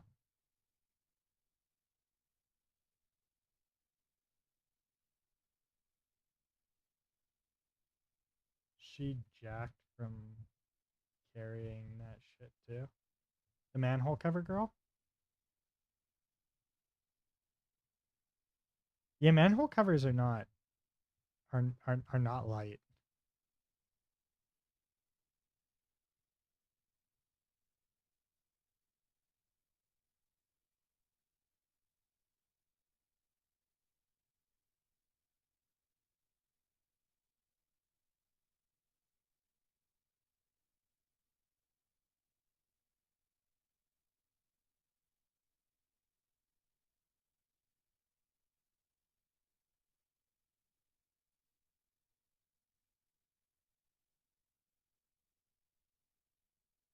The art direction for this show though is pretty good.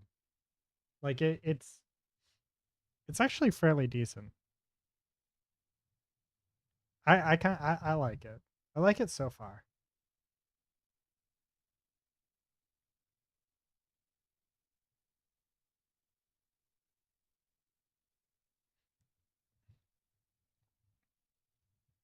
He's dead, isn't he?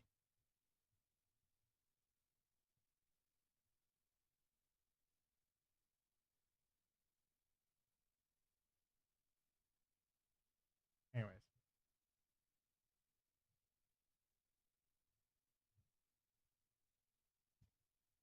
Yeah. It doesn't feel like they bring characters back in this show. You know what I mean?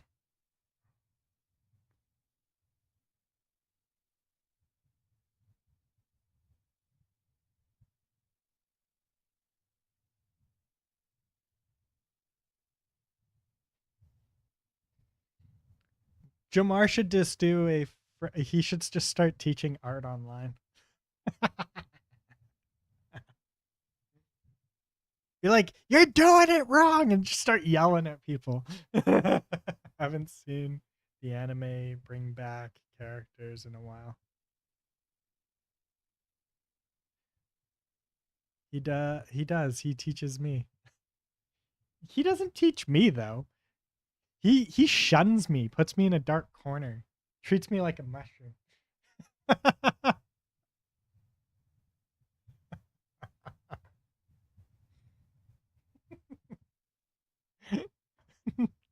He keeps me in the dark and feeds me shit.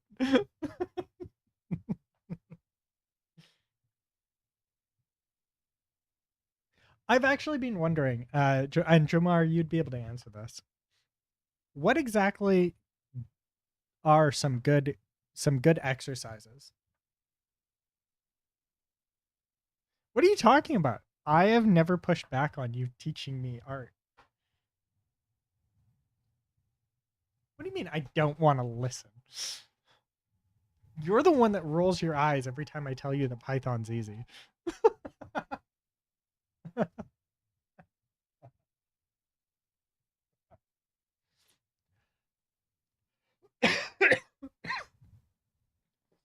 I don't know. I'm not Naruto.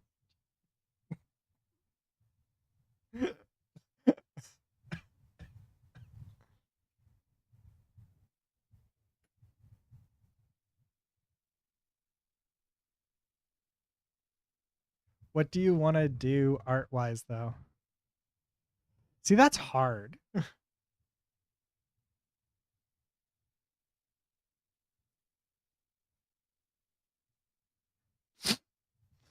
There's what I want to do, and then what I'm. There's what I want to do, and then there's what I'm kind of like, what I end up kind of wanting to do. 2D and 3D graphic art, character design.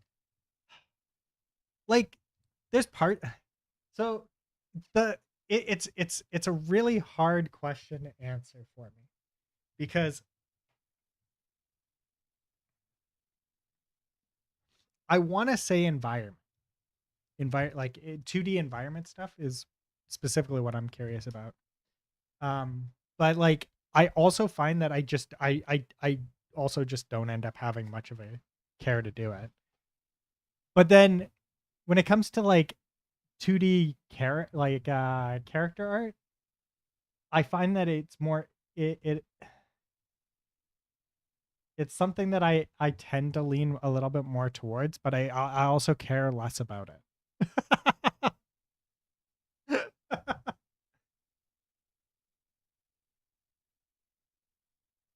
I want to do, but mostly characters.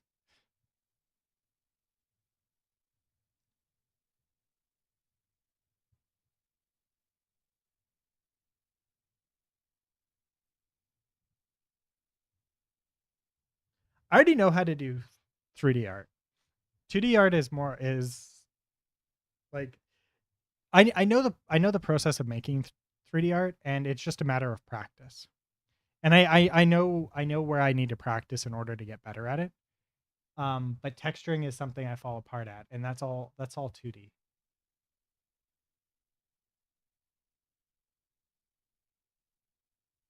So I need to get better at 2D.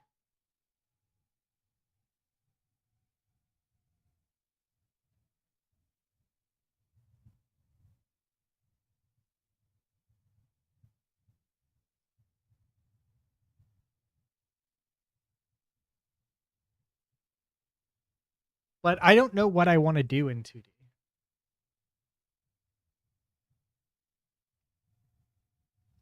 I want to say environment stuff, but like I feel so lost.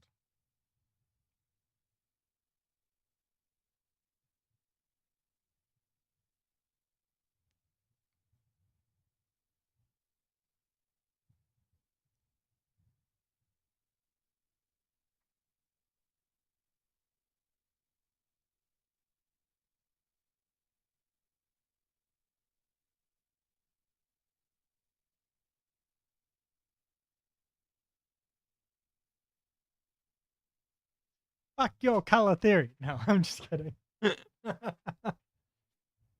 Yeah, but like I don't have a starting point.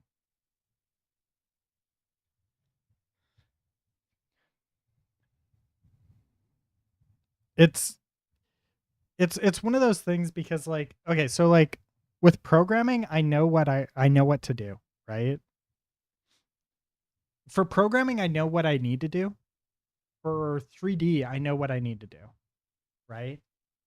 Within certain aspects, right? Like obviously I'd have to like reach out to somebody to get like some tips on specifics potentially. But like for programming, I know what I need to do to get better. Um but like so like learning forms doesn't is too broad, right? And just being like basics of color theory is a bit too broad, right?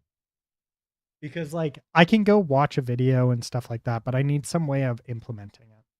Because if I'm not implementing it, then there's no point in bothering, right? Because I won't retain it. If I'm not working with it, I won't retain it, right?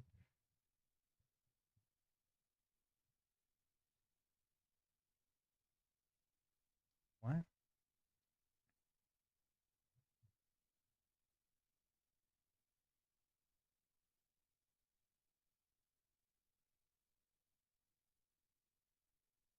Cool. I think I've watched this guy's videos. Oh yeah, I have. I think he's too high level for me.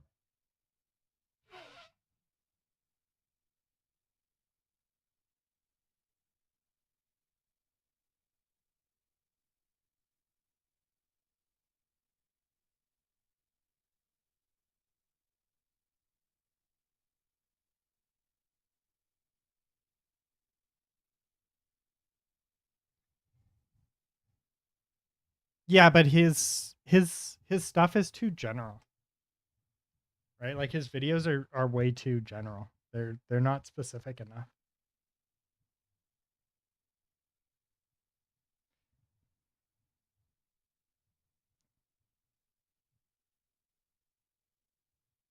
You're gonna work with it, trust me. If you practice drawing and shading a cylinder, you can draw arms and faces. If you know how to draw and shade a cube, you can use it not only as a base for your perspective, but also for buildings. I get that. I get that. But, but, but, the big but, if he's too high level for you, he definitely would be for me. What? Mecca, you're actually like an artist though, aren't you?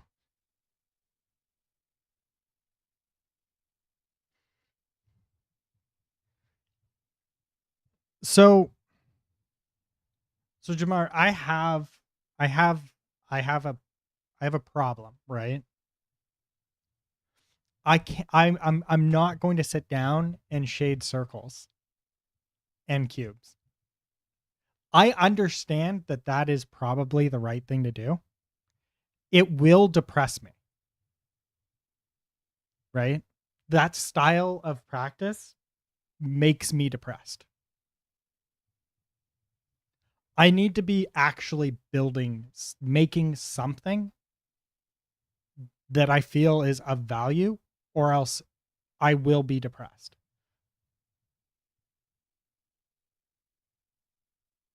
Right? It's all within reason, though, obviously. Right? So, like, I could do one or two boxes or spheres a day, max. After that, if I continue doing them, I'm just going to be depressed. Right? And I'll be really, really demotivated if I don't have an outline of like what am I working towards, right? Like I have to have a clear goal of what I'm working towards, or else I'm just not going to be motivated to do it, right? So like I need those two parts, or else I can't sit down and do it.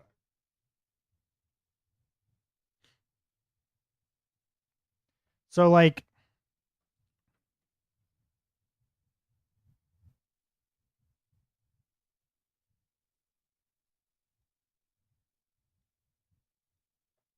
if we're talking about a like a box, and I understand that this can be used for building more complex things, and this is a really good skill to have, drawing boxes.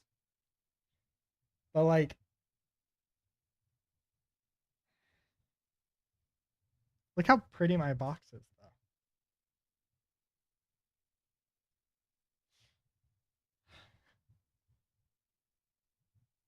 Well, I'll try doing master studies then. Look for art from artists that you like, and then do copies of their work to practice what they do and how they do it. You can fix up the minor details later.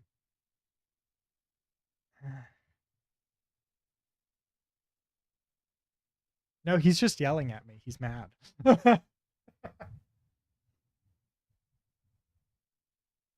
No, so yeah, so like, what the fuck is master studies?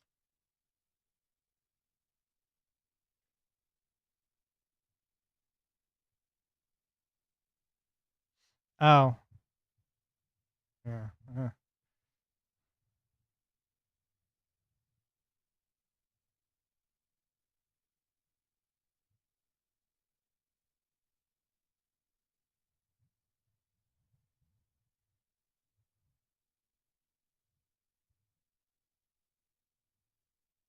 I don't know. It's hard.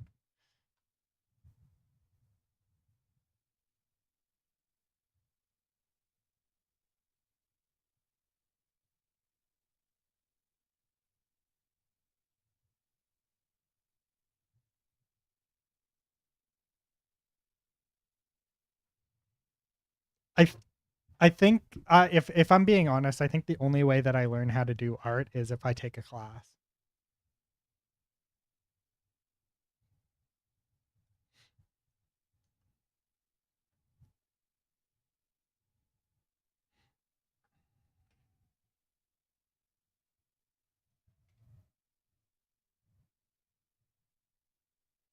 Art is hard. Wait, what? Live is hard, man. Art is hard. That is why it's called painting. Do you mean life is hard? YouTube. Oops. YouTube.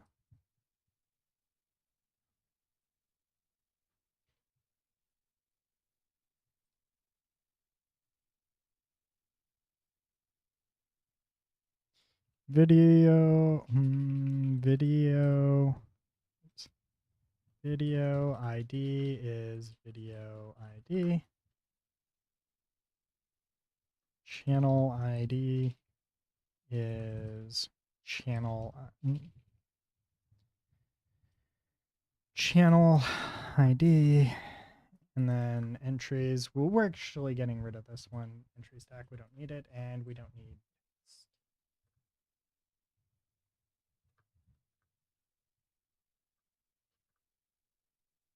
Now we have a winner.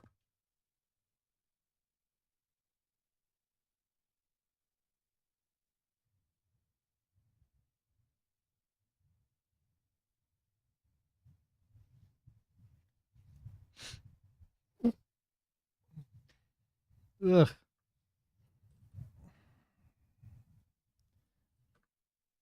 I'm having a slight allergic reaction right now. It helps also if I actually, do this.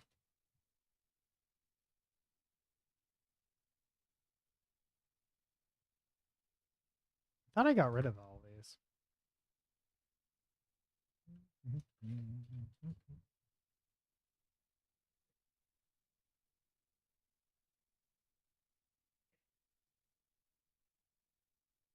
Just takes praxis to mecha, yeah. Um that's how I learned how to do uh 3D. Is I just went and um I did I did lots I went and took a class. And I got my diploma. I got a diploma in advanced 3D modeling. Arguably one of the most useless diplomas ever.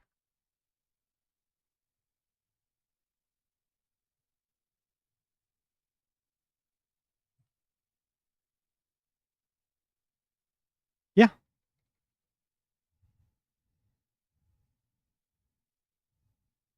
It's my highest level of education.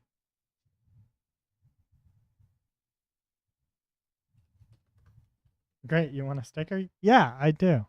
Send me a sticker.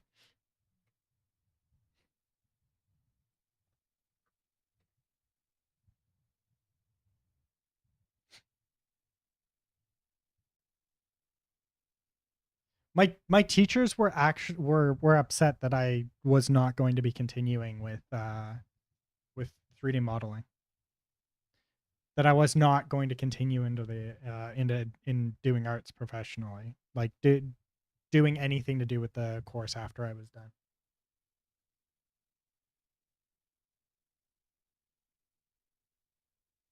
I did really well. I got straight A's, like really really amazing marks the entire time for the entire course.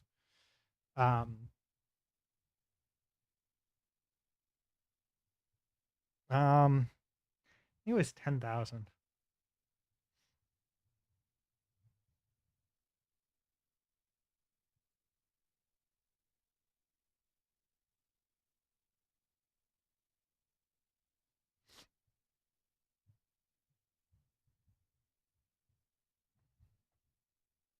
Yeah, it wasn't that worth it.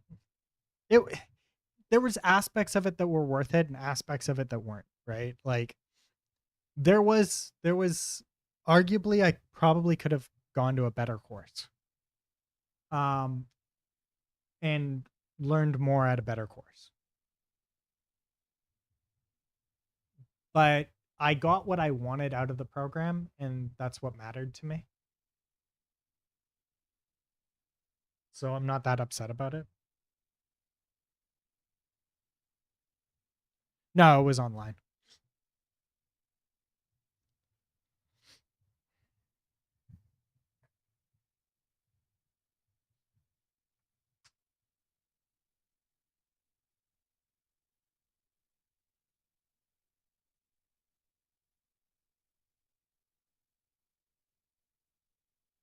Yeah, probably. But that wasn't like I didn't know any better at the time, right? Like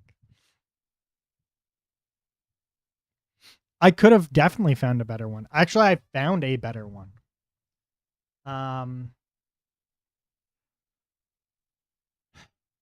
CG Master Academy, I think it was. Yeah.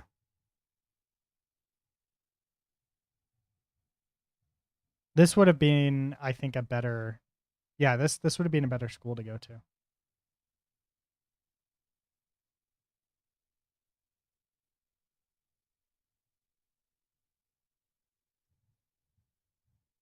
I think it was this one. It might not be this one actually.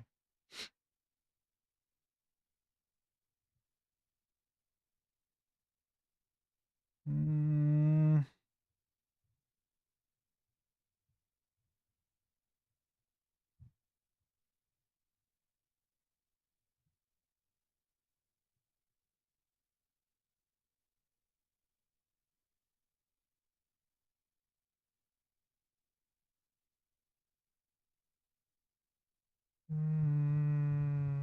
Maybe it was this one?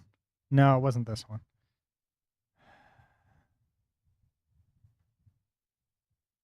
This is actually something that I'd be interested in.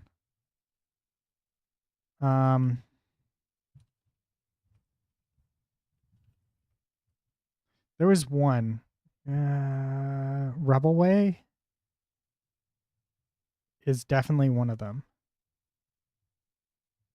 And probably this one. Like one of these is probably actually the one that I probably should have taken. But these guys here, Rebel Way, I think is actually the one that has the courses that would best suit me. Yeah, so like Houdini's fundamentals, and then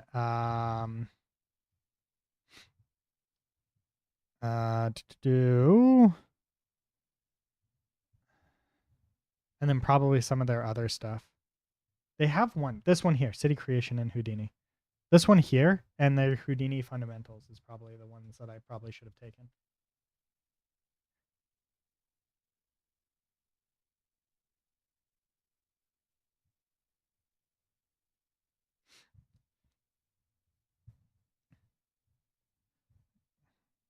So the reason why I took the course is because like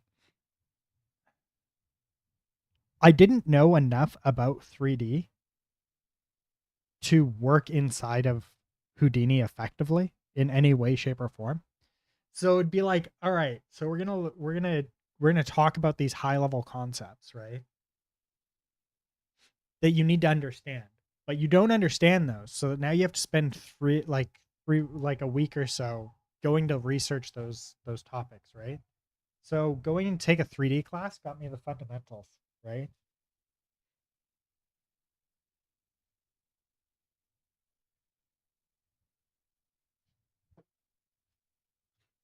So that diploma that I got in advanced 3D modeling was enough to get me to the point where like I understand the parts of a 3D application, like a 3D model. I understand the different parts of it now, right? Do I understand everything at super detail or anything like that? No, but now I have enough that I can actually go and self learn, right? there's that like base level learning sometimes that you need, and sometimes a class is the best way to do it, right? So like if you're super interested in something at like a really deep level, you don't necessarily need the class to go teach yourself how to do that thing.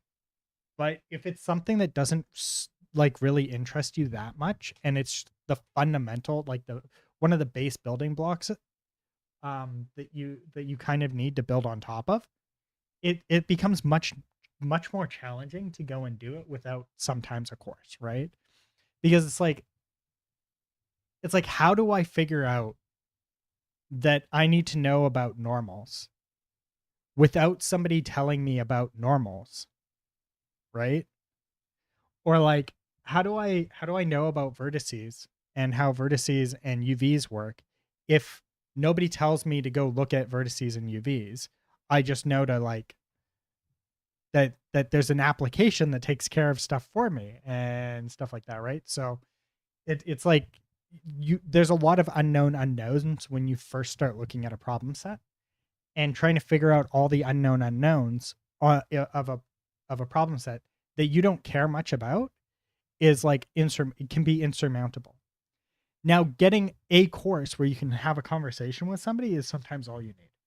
And then the second that you get over that little hump, you get into a point where everything becomes something that you can look up.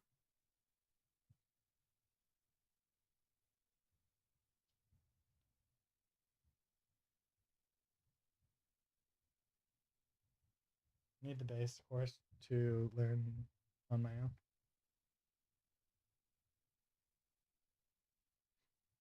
For me, it was the other way around, where I needed the base course to then learn it on my own. That's literally what I'm describing, Jamar.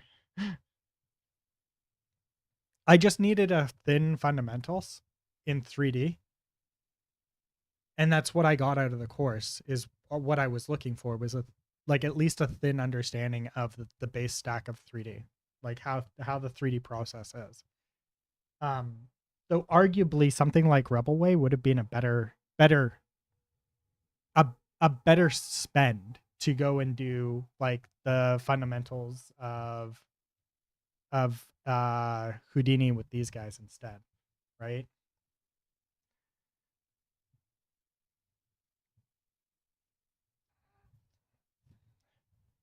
Like fundamentals of Houdini at Rebelway would arguably probably be in a better way to start.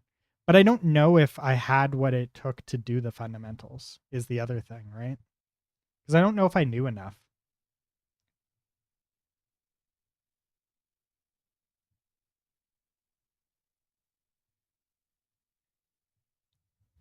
But if I ever get the opportunity to, I'm probably going to start actually taking these courses.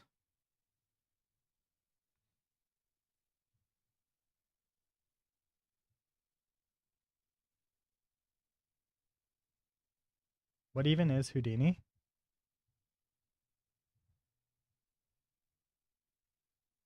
The ad is starting soon. Um, Houdini is a special effects platform like um, GeoNodes in Blender. I'll be right back while the ad runs.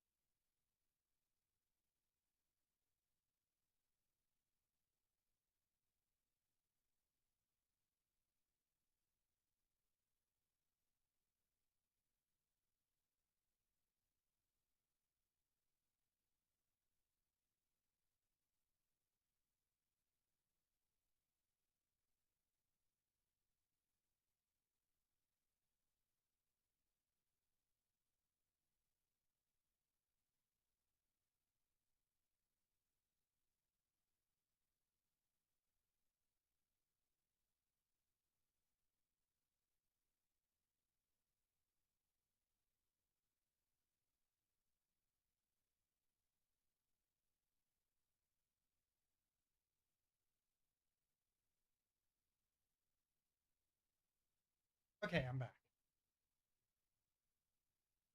Oh, sorry about that.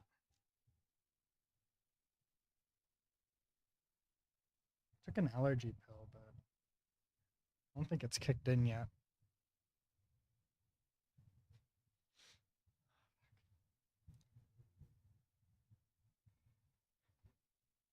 Tea time? That's what I have.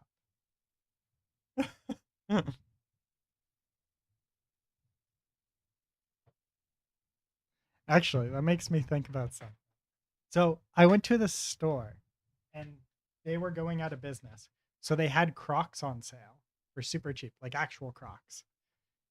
So check this out.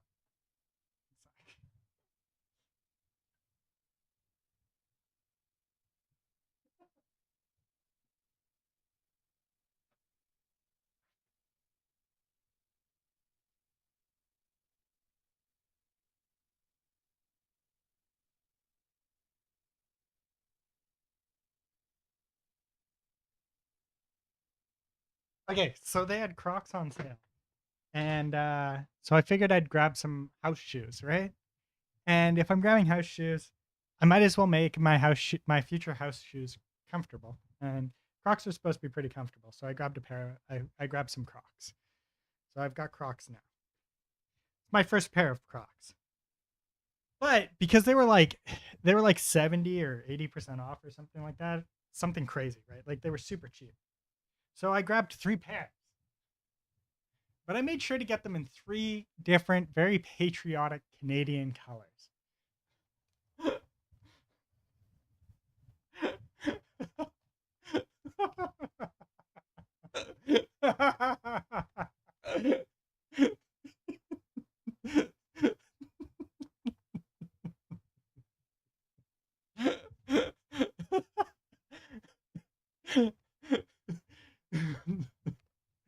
So as you can see, I went with the classic Canadian flag colors.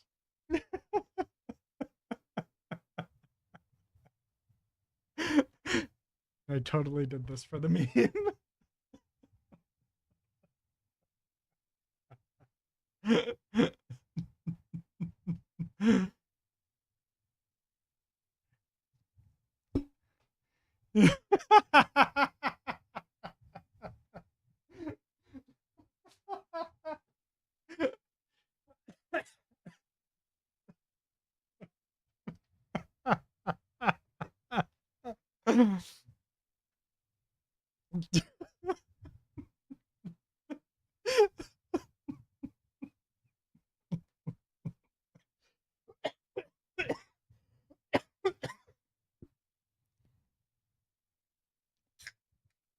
Make Canada America. Oh man. Sorry. I had to. The meme was there. And and I had to act on it. It was worth it.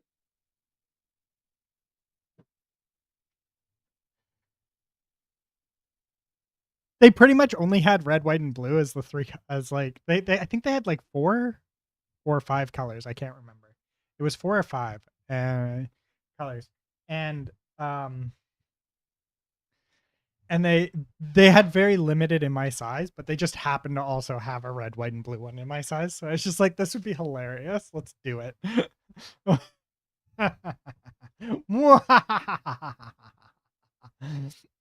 Anyways, moving on.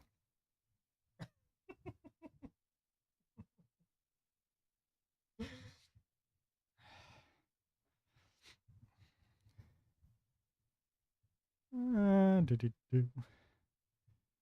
Do-do. Do-do.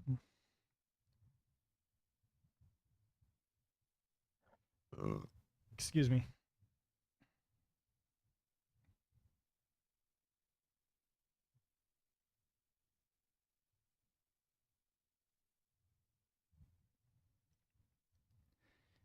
Do do do do do. Intro to Muscles in Houdini, a beginner's guide. Realistic lighting in Houdini.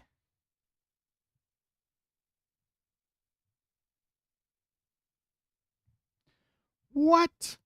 No way.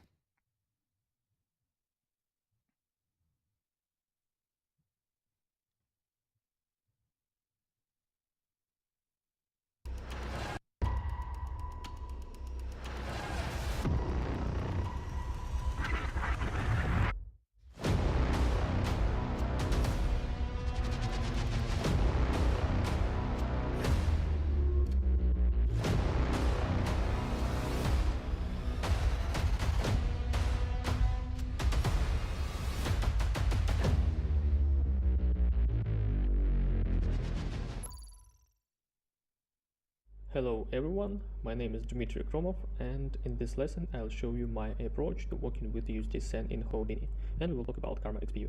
Let me show you final result. In this part 1, we'll go through layout and assemble some masks and shading for them. But before we start, a couple of words about my experience with Karma XPU. For myself, I conclude that this is really important when everything stage is set up as efficient as possible, and at least all the assets are USDs and all textures have mid levels. In this case, your experience with XPU may be really smooth. And we'll start here, materials for them, and of course, really a lot of textures. And because now it's one, it's really good because if we don't have any need to read this parameter, after that we create an asset list, and creating asset. Oh, that's Python.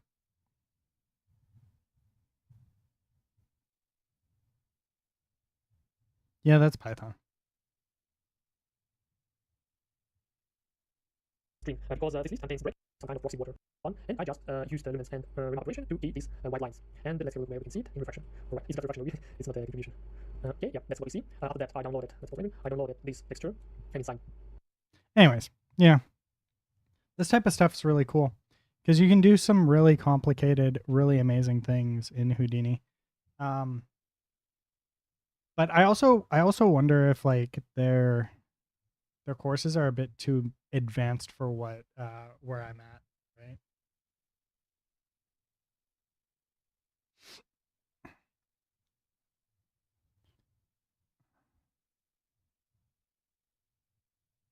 Fundamentals, introduction to do. Intro to Unreal. What is their intro here?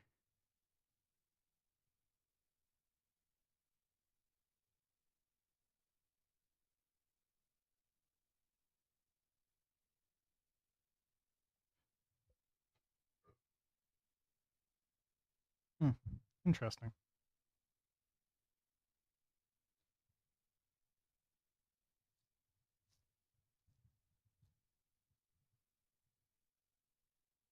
Oh, technical director.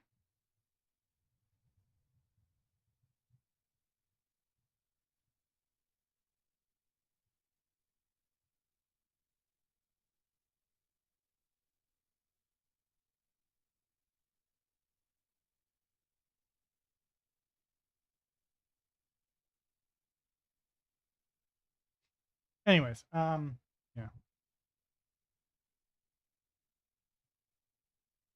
Yeah, but that's not really what the course is about, right?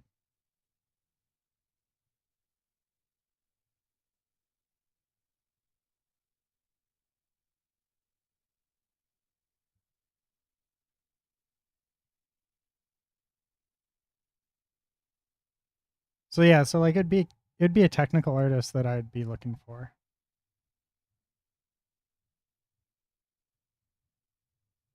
If I was to go do anything, it would be technical art again.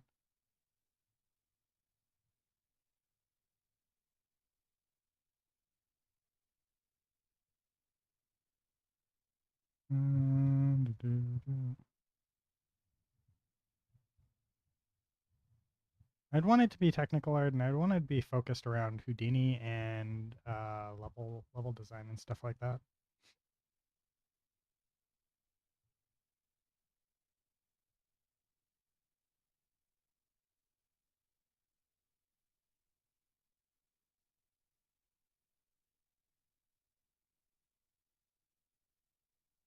Environment art.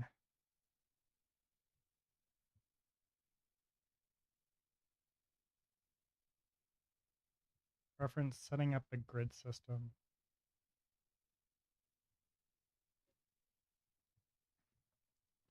Oh, this is actually pretty good.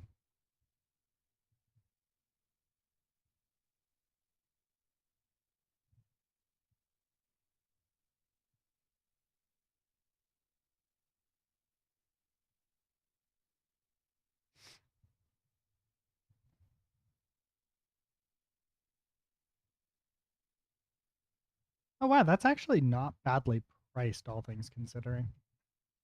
Only 3,000 a semester? What, 9,000 in total? Or is this only one semester, so it's only 3,000 in total? I think it's only one semester.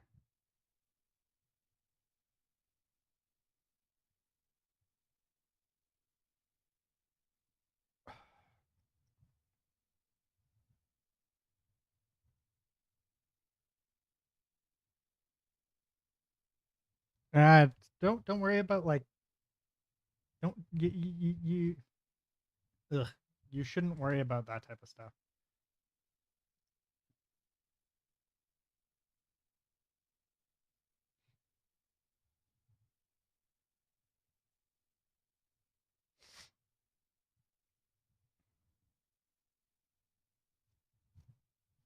No, like who's involved in the course doesn't really matter as long as you're learning the things that you care about, right? So like if you go get a bachelor's degree in something that you don't care about, at the end of the day, did you really learn the things that you wanted to go learn? Like it's a wasted degree if you didn't learn the things that you wanted to learn, right?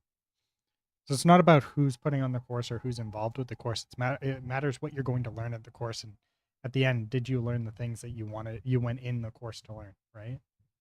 So like the course that I took for advanced 3D modeling, right? If I wanted to go work in the industry, that was a horrible course, right? But that's not the goal. That wasn't my goal for the course, right? My goal for the course was to learn enough that I could teach myself the rest. And at the end of the day, that's exactly what I learned. I learned enough that I could teach myself how to do 3D modeling and texturing and stuff like that. Did I learn literally everything, the foundations of everything? No, but I learned enough that I know what I'm looking for now, right?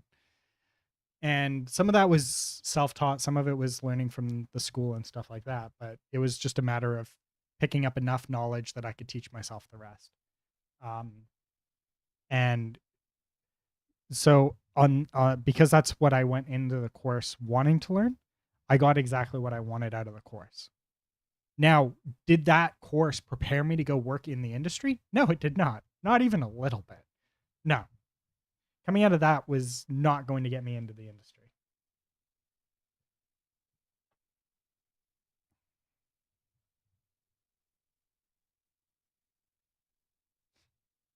If that was my goal, that course was a waste of money.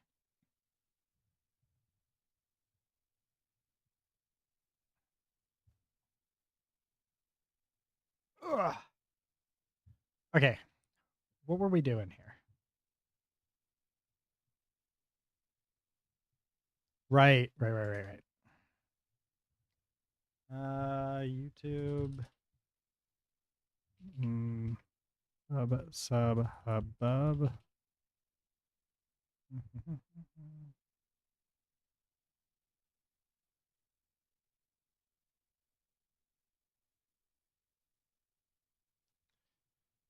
So there's our callback. The topic URL. And do asynchronous or synchronous. Subscribe, the verification token, HMAP secret, and least seconds.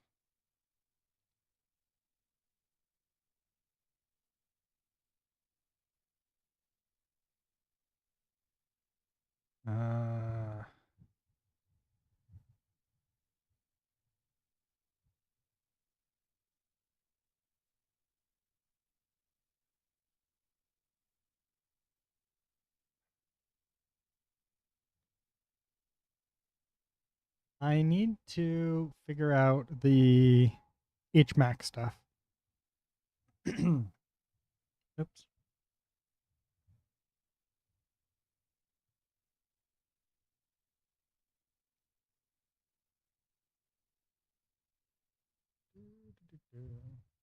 think we can close pretty much all of that, and the stuff can all be closed because it's not that important.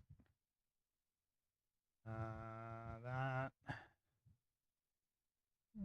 can close like all of this.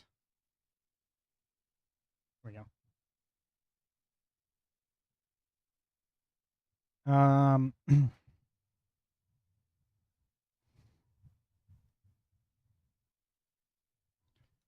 Could you explain how the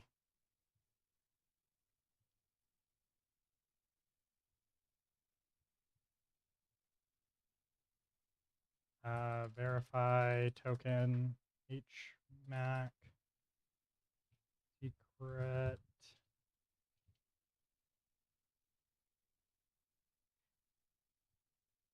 and HMAC secret work for YouTube for Google's for YouTube's pub sub hub sub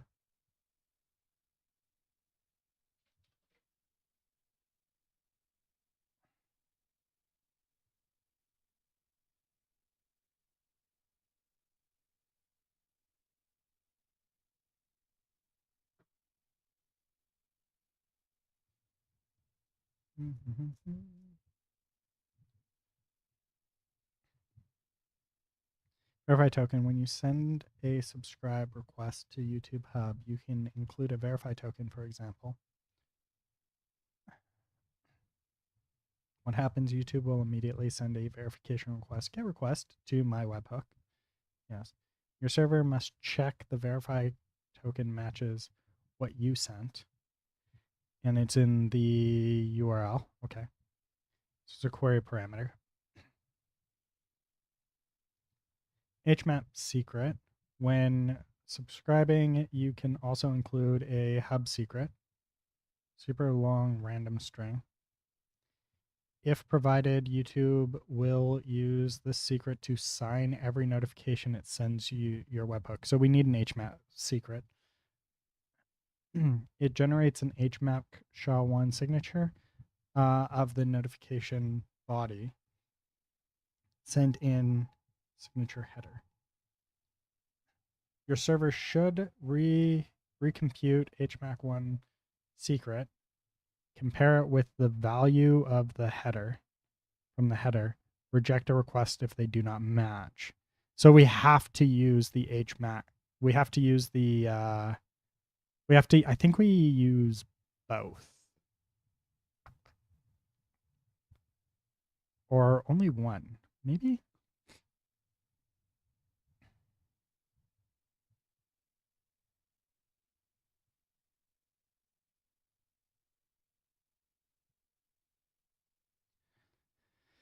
Someone who knows the endpoint, they can't forge messages. Putting it together, verify token, one-time check at unsubscribe time, prevents subscription hijack. Yeah. Oh, okay, so we do the, yeah, per message signatures ensures ongoing authenticity.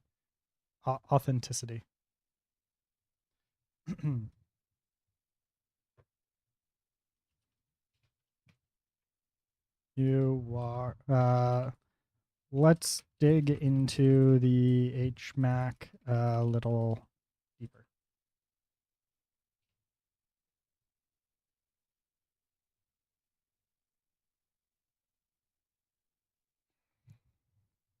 Raw request body.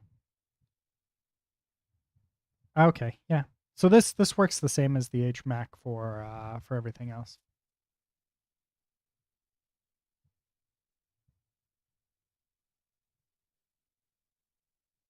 Convert to lowercase hex. Compare against the header value.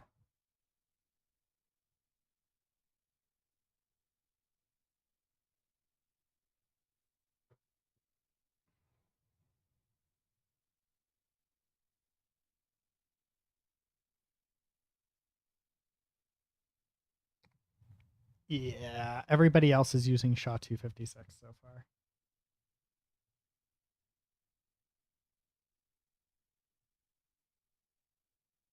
For example, subscribe.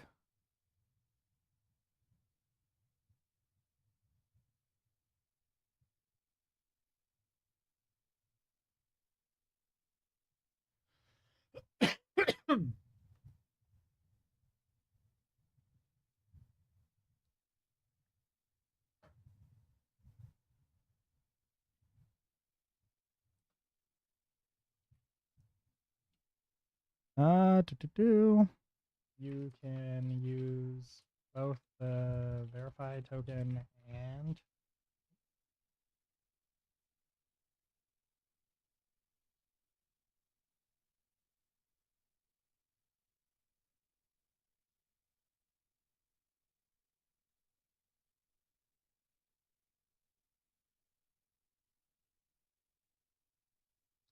yeah, okay. That's all I care about. So I have to save the token.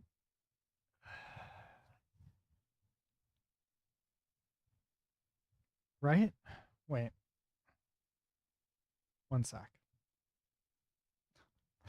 I'm gonna be honest. I don't think I care about the verification, the verify token.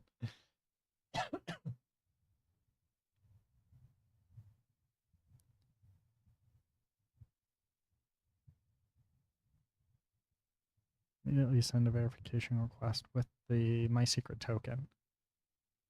Your server must check that the verification token matches what you sent.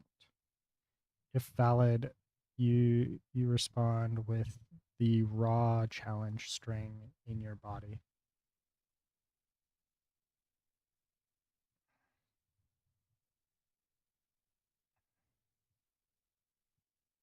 Calling back, not some random client.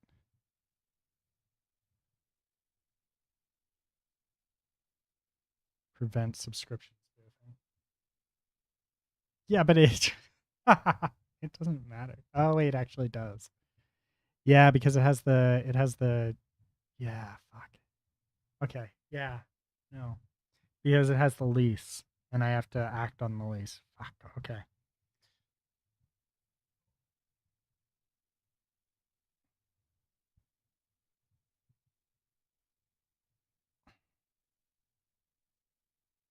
Okay. How long can the verify token be?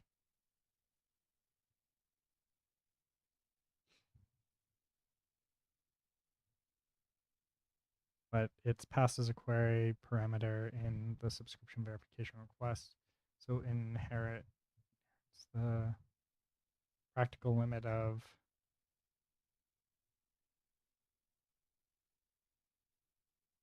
commonly modern infrastructure usually allows much longer.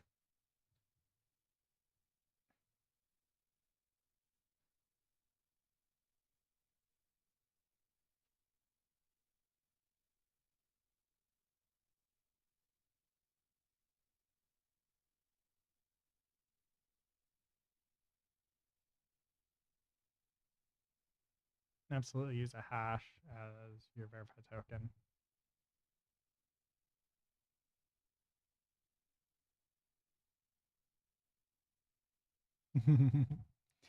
So the reason why I'm thinking a hash is because now it gives me something random that can be derived from something only I know.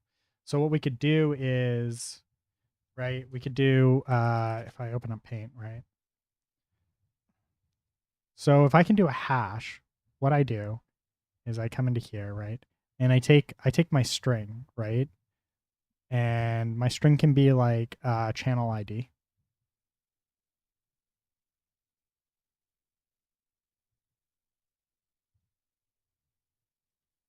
We'll say chan ID plus secret,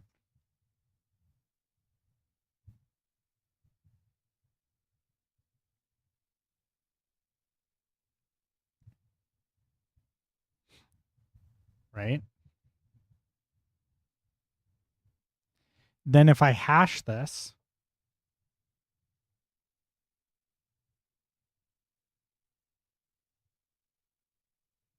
I get back a string.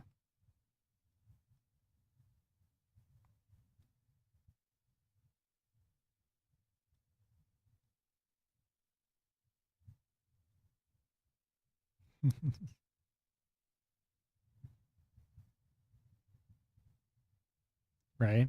So it needs to be something that is easy for me to get back from them and a secret and then we hash it together and we get back a random thing. Now, every time we rebuild this, right? Every time we rebuild, we can rebuild this from the information they send us back and get the same string than it came from YouTube. Right? So if we take two strings, we put them together, run them through a hash, and then remember that a hash is a one-way algorithm. Right? Now we have enough information that we can use this hash as the verify string. Right? And unless somebody can get their hands on the secret, realistically, they can't spoof it. They can spoof part of it, but because it's a hash, it's an all or nothing. You need both parts. You need to guess both parts in order to figure out what this value is.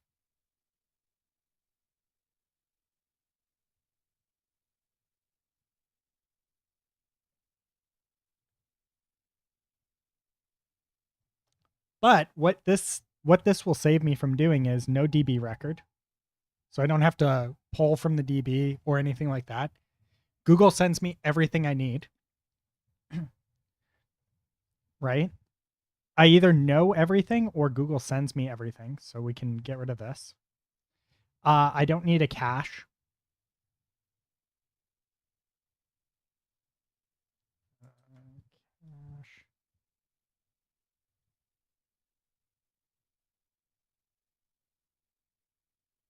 And this is hard coded, and this we know based off of information.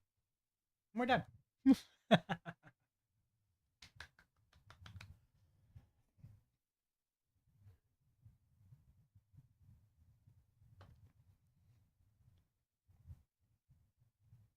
What type of tea are you drinking, Jamar?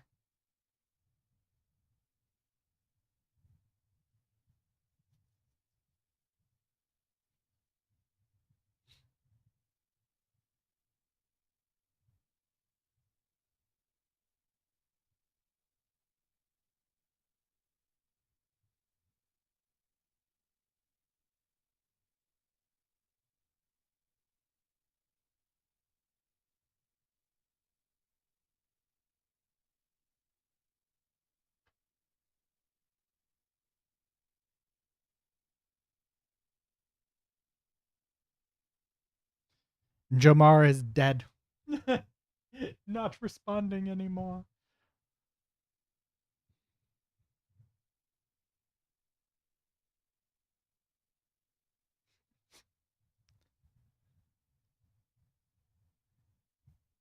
I guess you're right. He's always dead.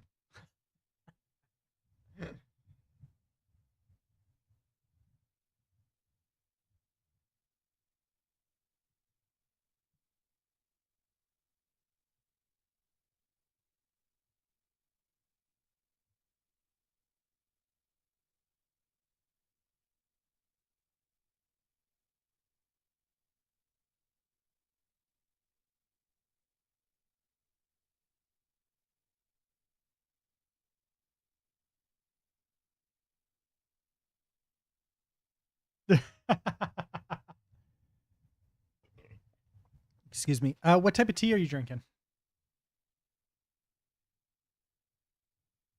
Mister, I went for tea and almost didn't come back.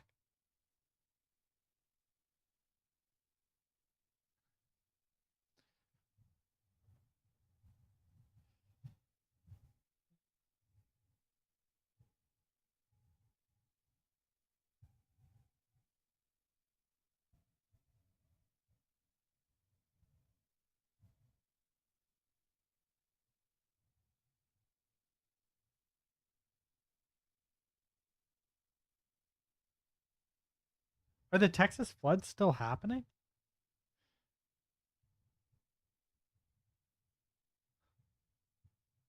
I thought they were over.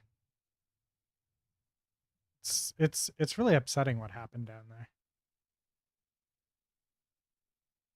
All the floods and the death and destruction.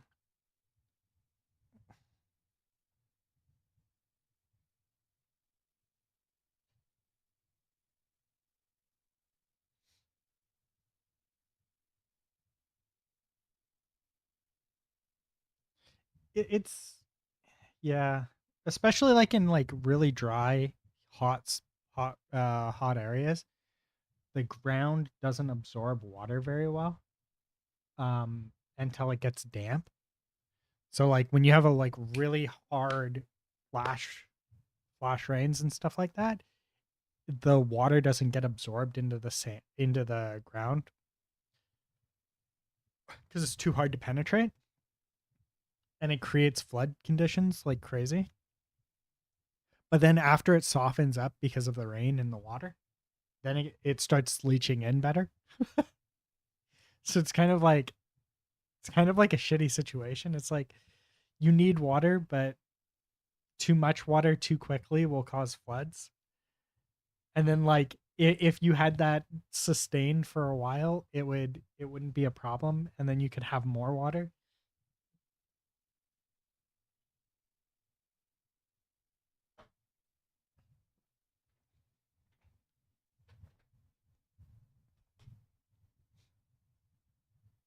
Anyways, this is how we're gonna do the the secrets.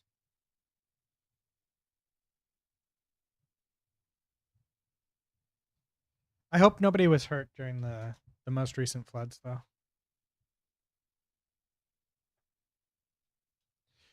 My area where I live does not suffer from that problem. We have a lot of rain.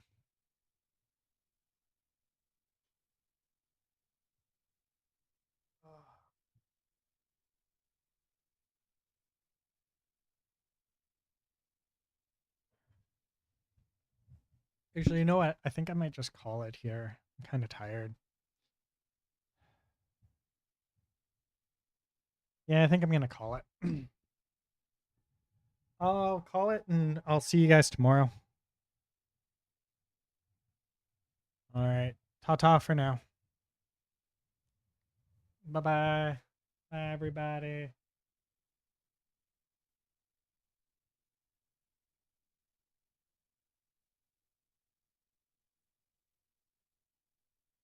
Where's my remote?